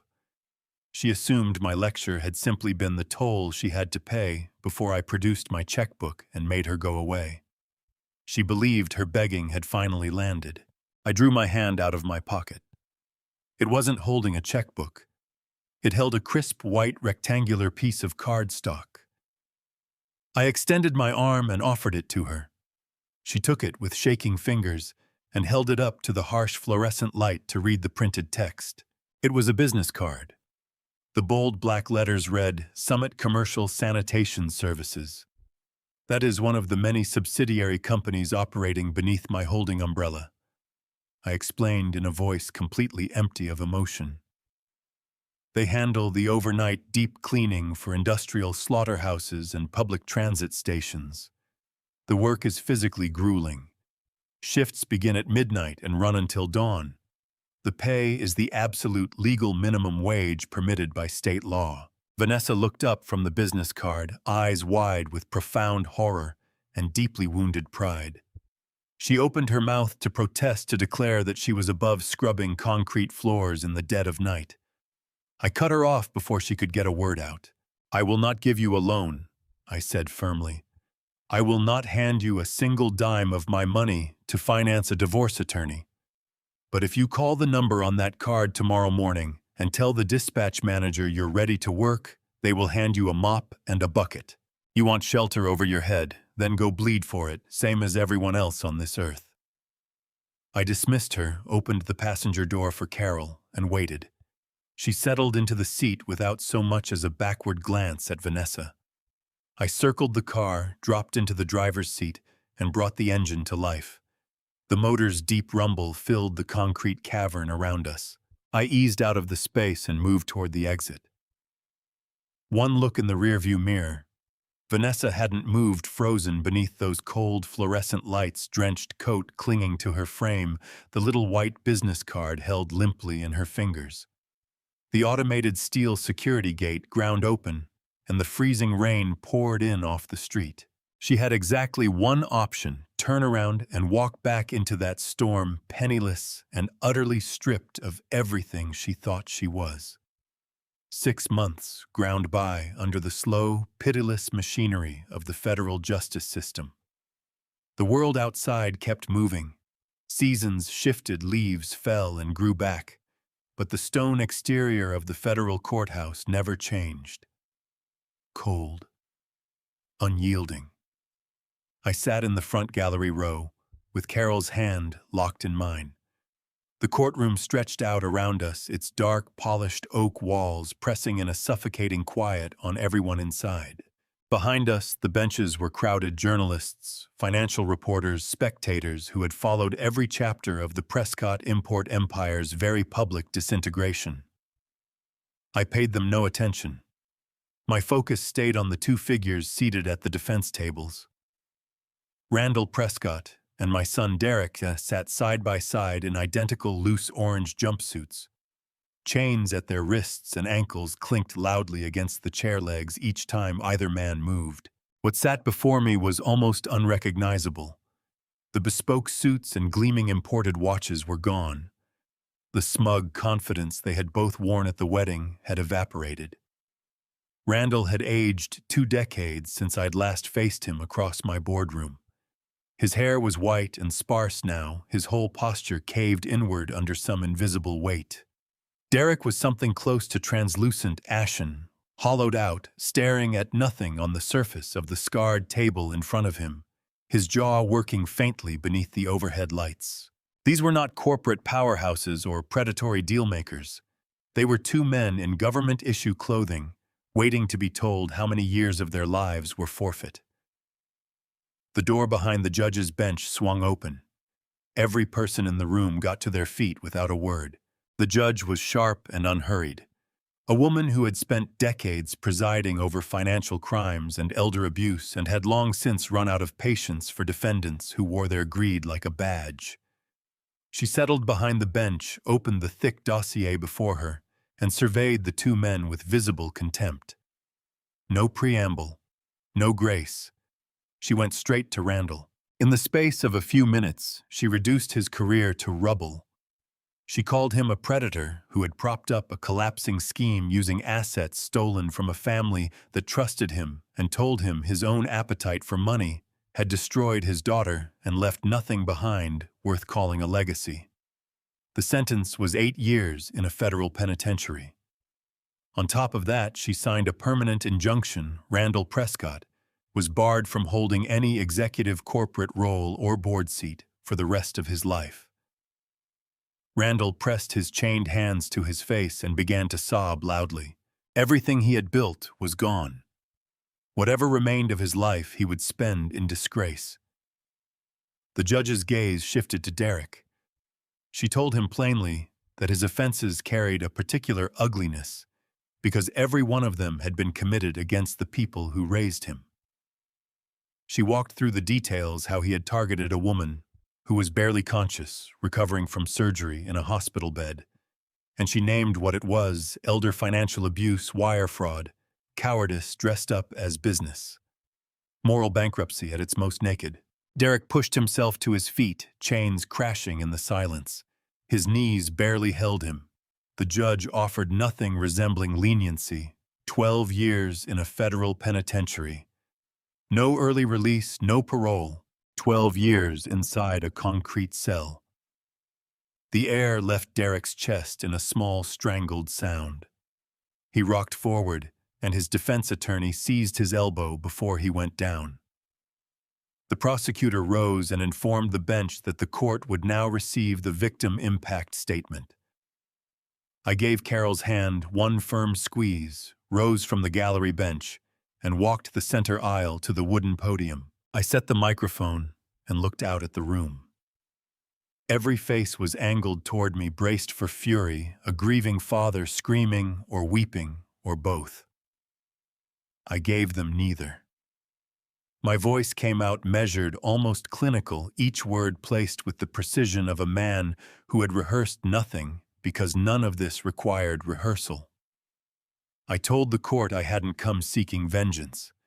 Vengeance belongs to people still ruled by feeling, and I had nothing left of that for the man behind the defense table. Instead, I told them about a boy I once knew well.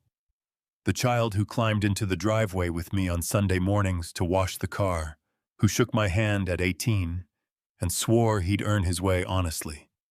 Then I walked them through at what happened to that boy, how the hunger to project wealth, the craving for status he hadn't worked for, moved through him, like rot through old wood, silent and thorough. Derek hadn't stolen out of desperation. He hadn't been cornered by circumstance. He had done it from arrogance, pure and entirely unchecked. He wanted a fraudster's respect and a vain woman's admiration badly enough to put his own mother in danger to get them. Then I stepped away from the judge and looked straight at Derek. His head came up slowly. His eyes were wet raw, something in them that might have been genuine grief, or simply the horror of a man finally cornered. I addressed him directly, my voice steady through the speakers. I told him he had looked down on us his whole life, on me, on Carol, on the house we kept and the cars we drove. He saw modest and assumed defeated. So desperate was he for a seat among what he imagined were the powerful, that he falsified documents and robbed his own mother of her home just to stand next to a family of con artists and call it success. I let the silence settle, let it press against every wall. Let the room feel the full mass of what I was about to say. Then I told him the truth he had never been allowed to know. The holding company he had tried to defraud, the entity behind the office towers, the shopping centers, the logistics operations stretching across the region, was mine. Every brick of it. I had assembled that empire quietly over 40 years, never broadcasting it, never needing to building it with patience and self-discipline, for one reason: to hand it to him someday. The irony of his crime was total. Every building, every account, every acre was sitting in a trust. His name was already on it. Derek went completely still. The air went out of him. His eyes stretched wide and the tears dried up instantly, replaced by something far worse than grief, the specific horror of a man realizing the scale of what his own hands had destroyed. I told him he had never needed a forged proxy. He had no reason to go crawling to Randall Prescott for some hollow partnership. He was already the sole heir to a genuine billion-dollar inheritance. The price of receiving it was nothing more than being a decent son. I watched the understanding move through him like a collapse, floor by floor. Slow then, all at once. He had surrendered a multi-billion-dollar future for a bankrupt shell of an import business and a woman whose wedding shoes were caked in mud. He had handed back a kingdom in exchange for a prison cell. His mouth opened. Nothing came. There was nothing left to say, nothing that would touch what he had just absorbed. I didn't stand there and wait for it. Everything I had come to say had been delivered. I stepped back from the microphone, came down off the podium, and returned to Carol's side. I never looked at him again. Outside, past the edge of the city, the late afternoon sun was laying long gold light across the hills of our new countryside estate. Through the open terrace, a soft breeze moved in, carrying jasmine and lavender with it. I stood near the far edge of the broad stone patio, absorbing the sheer weight of the stillness we had finally earned. This was nothing like the modest suburban home where we had spent 30 years trying to raise a son who understood the value of humility. That house was behind us, now sold to a young couple who saw its quiet worth clearly. What surrounded me was something else entirely. 50 acres of unspoiled private land, and at its center, a vast architectural statement in natural stone and rich mahogany. We had built this sanctuary using the precise sum recovered from the liquidation of Randall Prescott's commercial warehouses. Every stone, every timber, every acre of manicured ground had been purchased with the wreckage of the empire that tried to consume my wife. There was something deeply, almost physically satisfying about that. The knowledge that the greed aimed at our destruction had ended up funding our refuge. The estate hummed with life today, though none of the old kind. No hushed corporate scheming.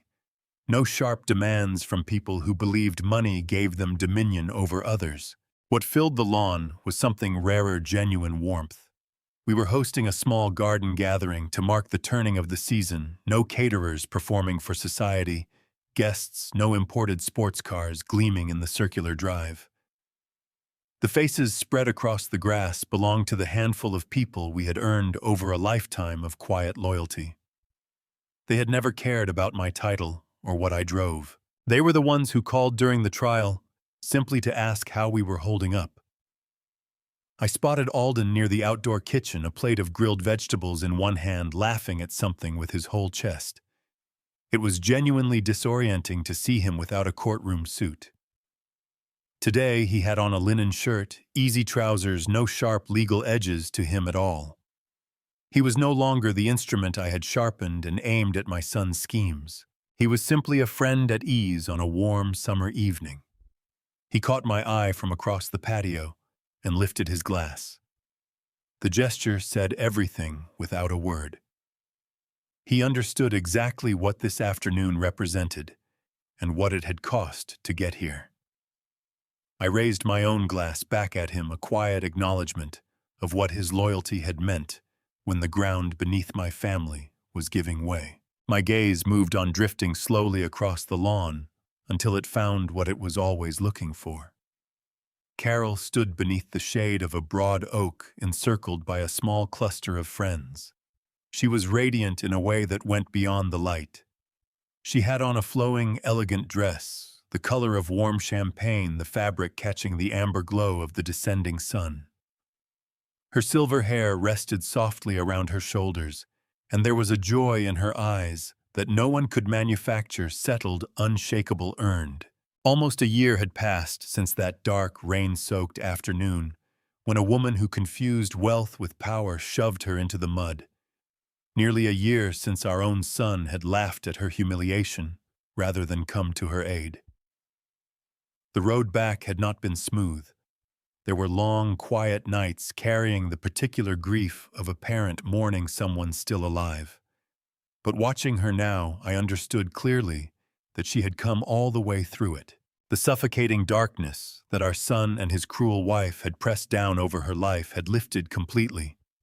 She was free of it. Her laughter reached me across the garden, clear and melodic, a sound I had not heard with any real frequency for far too long. For years we had moved carefully around Derek's expanding demands and unspoken judgments, making ourselves smaller so as not to disturb his distorted sense of how the world owed him. We had absorbed the quiet disrespect and the calculated manipulations, telling ourselves that a parent's love was supposed to be without limit or condition. We had been wrong about that. Unconditional love is not the same thing as offering yourself up indefinitely to someone who has decided to treat you as a resource. Carol had finally understood that. So had I. She no longer carried the guilt of a mother who believed she had failed somewhere along the way. She had come to see it plainly. We had handed our son every tool a person could need to build something good, and he had taken those tools and constructed his own trap. I drifted toward the outer edge of the terrace where the property fell away into a long slope overlooking the valley below. The sky was shifting violet and burnt orange bleeding into one another above the hills. I swirled the aged bourbon in my crystal glass and watched the liquid catch what remained of the light. The air held perfectly still. The noise of those months, the federal proceedings, the bankruptcy hearings, the confrontations inside boardrooms and parking garages, had receded to something faint and distant, the memory of a storm viewed from the other side. The holding company was steady. The wealth I had accumulated across a lifetime sat sealed inside ironclad blind trusts, earmarked for organizations that had genuinely merited support. I drew in a slow breath of clean country air.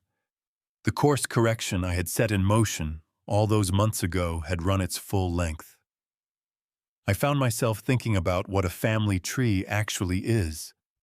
You plant something with everything you have, your time, your hope, years of hard labor, and you tend it, expecting the branches to climb toward light.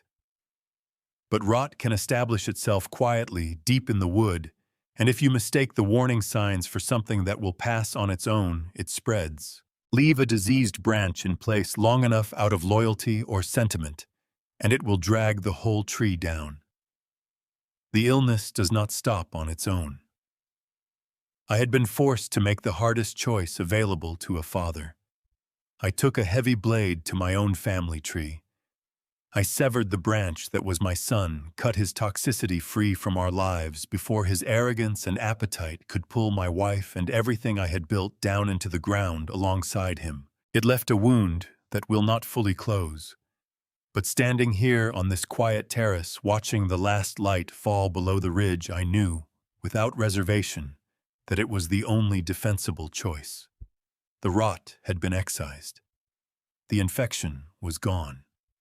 I brought the glass to my lips, feeling the warmth of the aged bourbon move through my chest. I looked back across the softly lit garden to where Carol stood smiling, both hands clasped in those of her closest friends. The garden was safe. The walls of what we had built here were sound. The dead wood was ash, and the ash had scattered. What remained could grow without obstruction in peace that was no longer provisional. The final truth of all of this is simple unconditional love does not obligate unconditional surrender. And that is where this story finally comes to rest, not in anger and not in grief, but in something much quieter than either of those things. Peace. I want to be honest with you about what all of this cost. Cutting away your own child is not a triumph. There is no clean feeling in it. It leaves a mark that does not fully fade. But I believe God does not bring you through that kind of fire just to leave you standing in the ash. The Lord's timing placed Carol and me on the other side of it, and on the other side there was still a life worth living fully. What this whole season taught me is that dignity is not something another person can permanently take from you. They can knock it to the ground, but you can always reach down and pick it up again. For anyone sitting with a story like this one, someone who has loved hard and been repaid poorly, I want to leave you with a few things I have come to know are true. Never confuse loyalty with tolerance. You can love someone completely and still refuse to let them harm you. If someone only values you when they believe you are helpless, they never valued you at all. Patience and silence are not the same as weakness. Sometimes the wisest move is to say nothing and prepare everything.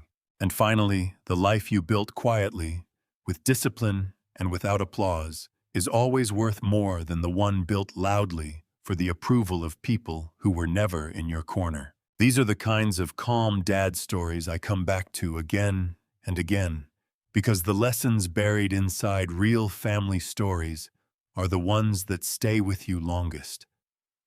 If something in this one spoke to you, I hope you'll share it with someone who needs to hear it today. And if you haven't already, I would be grateful if you joined me here at Dad's Family Stories by subscribing. There is always another one coming. Thank you for spending this time with me. Take good care of yourself, and I'll talk to you soon.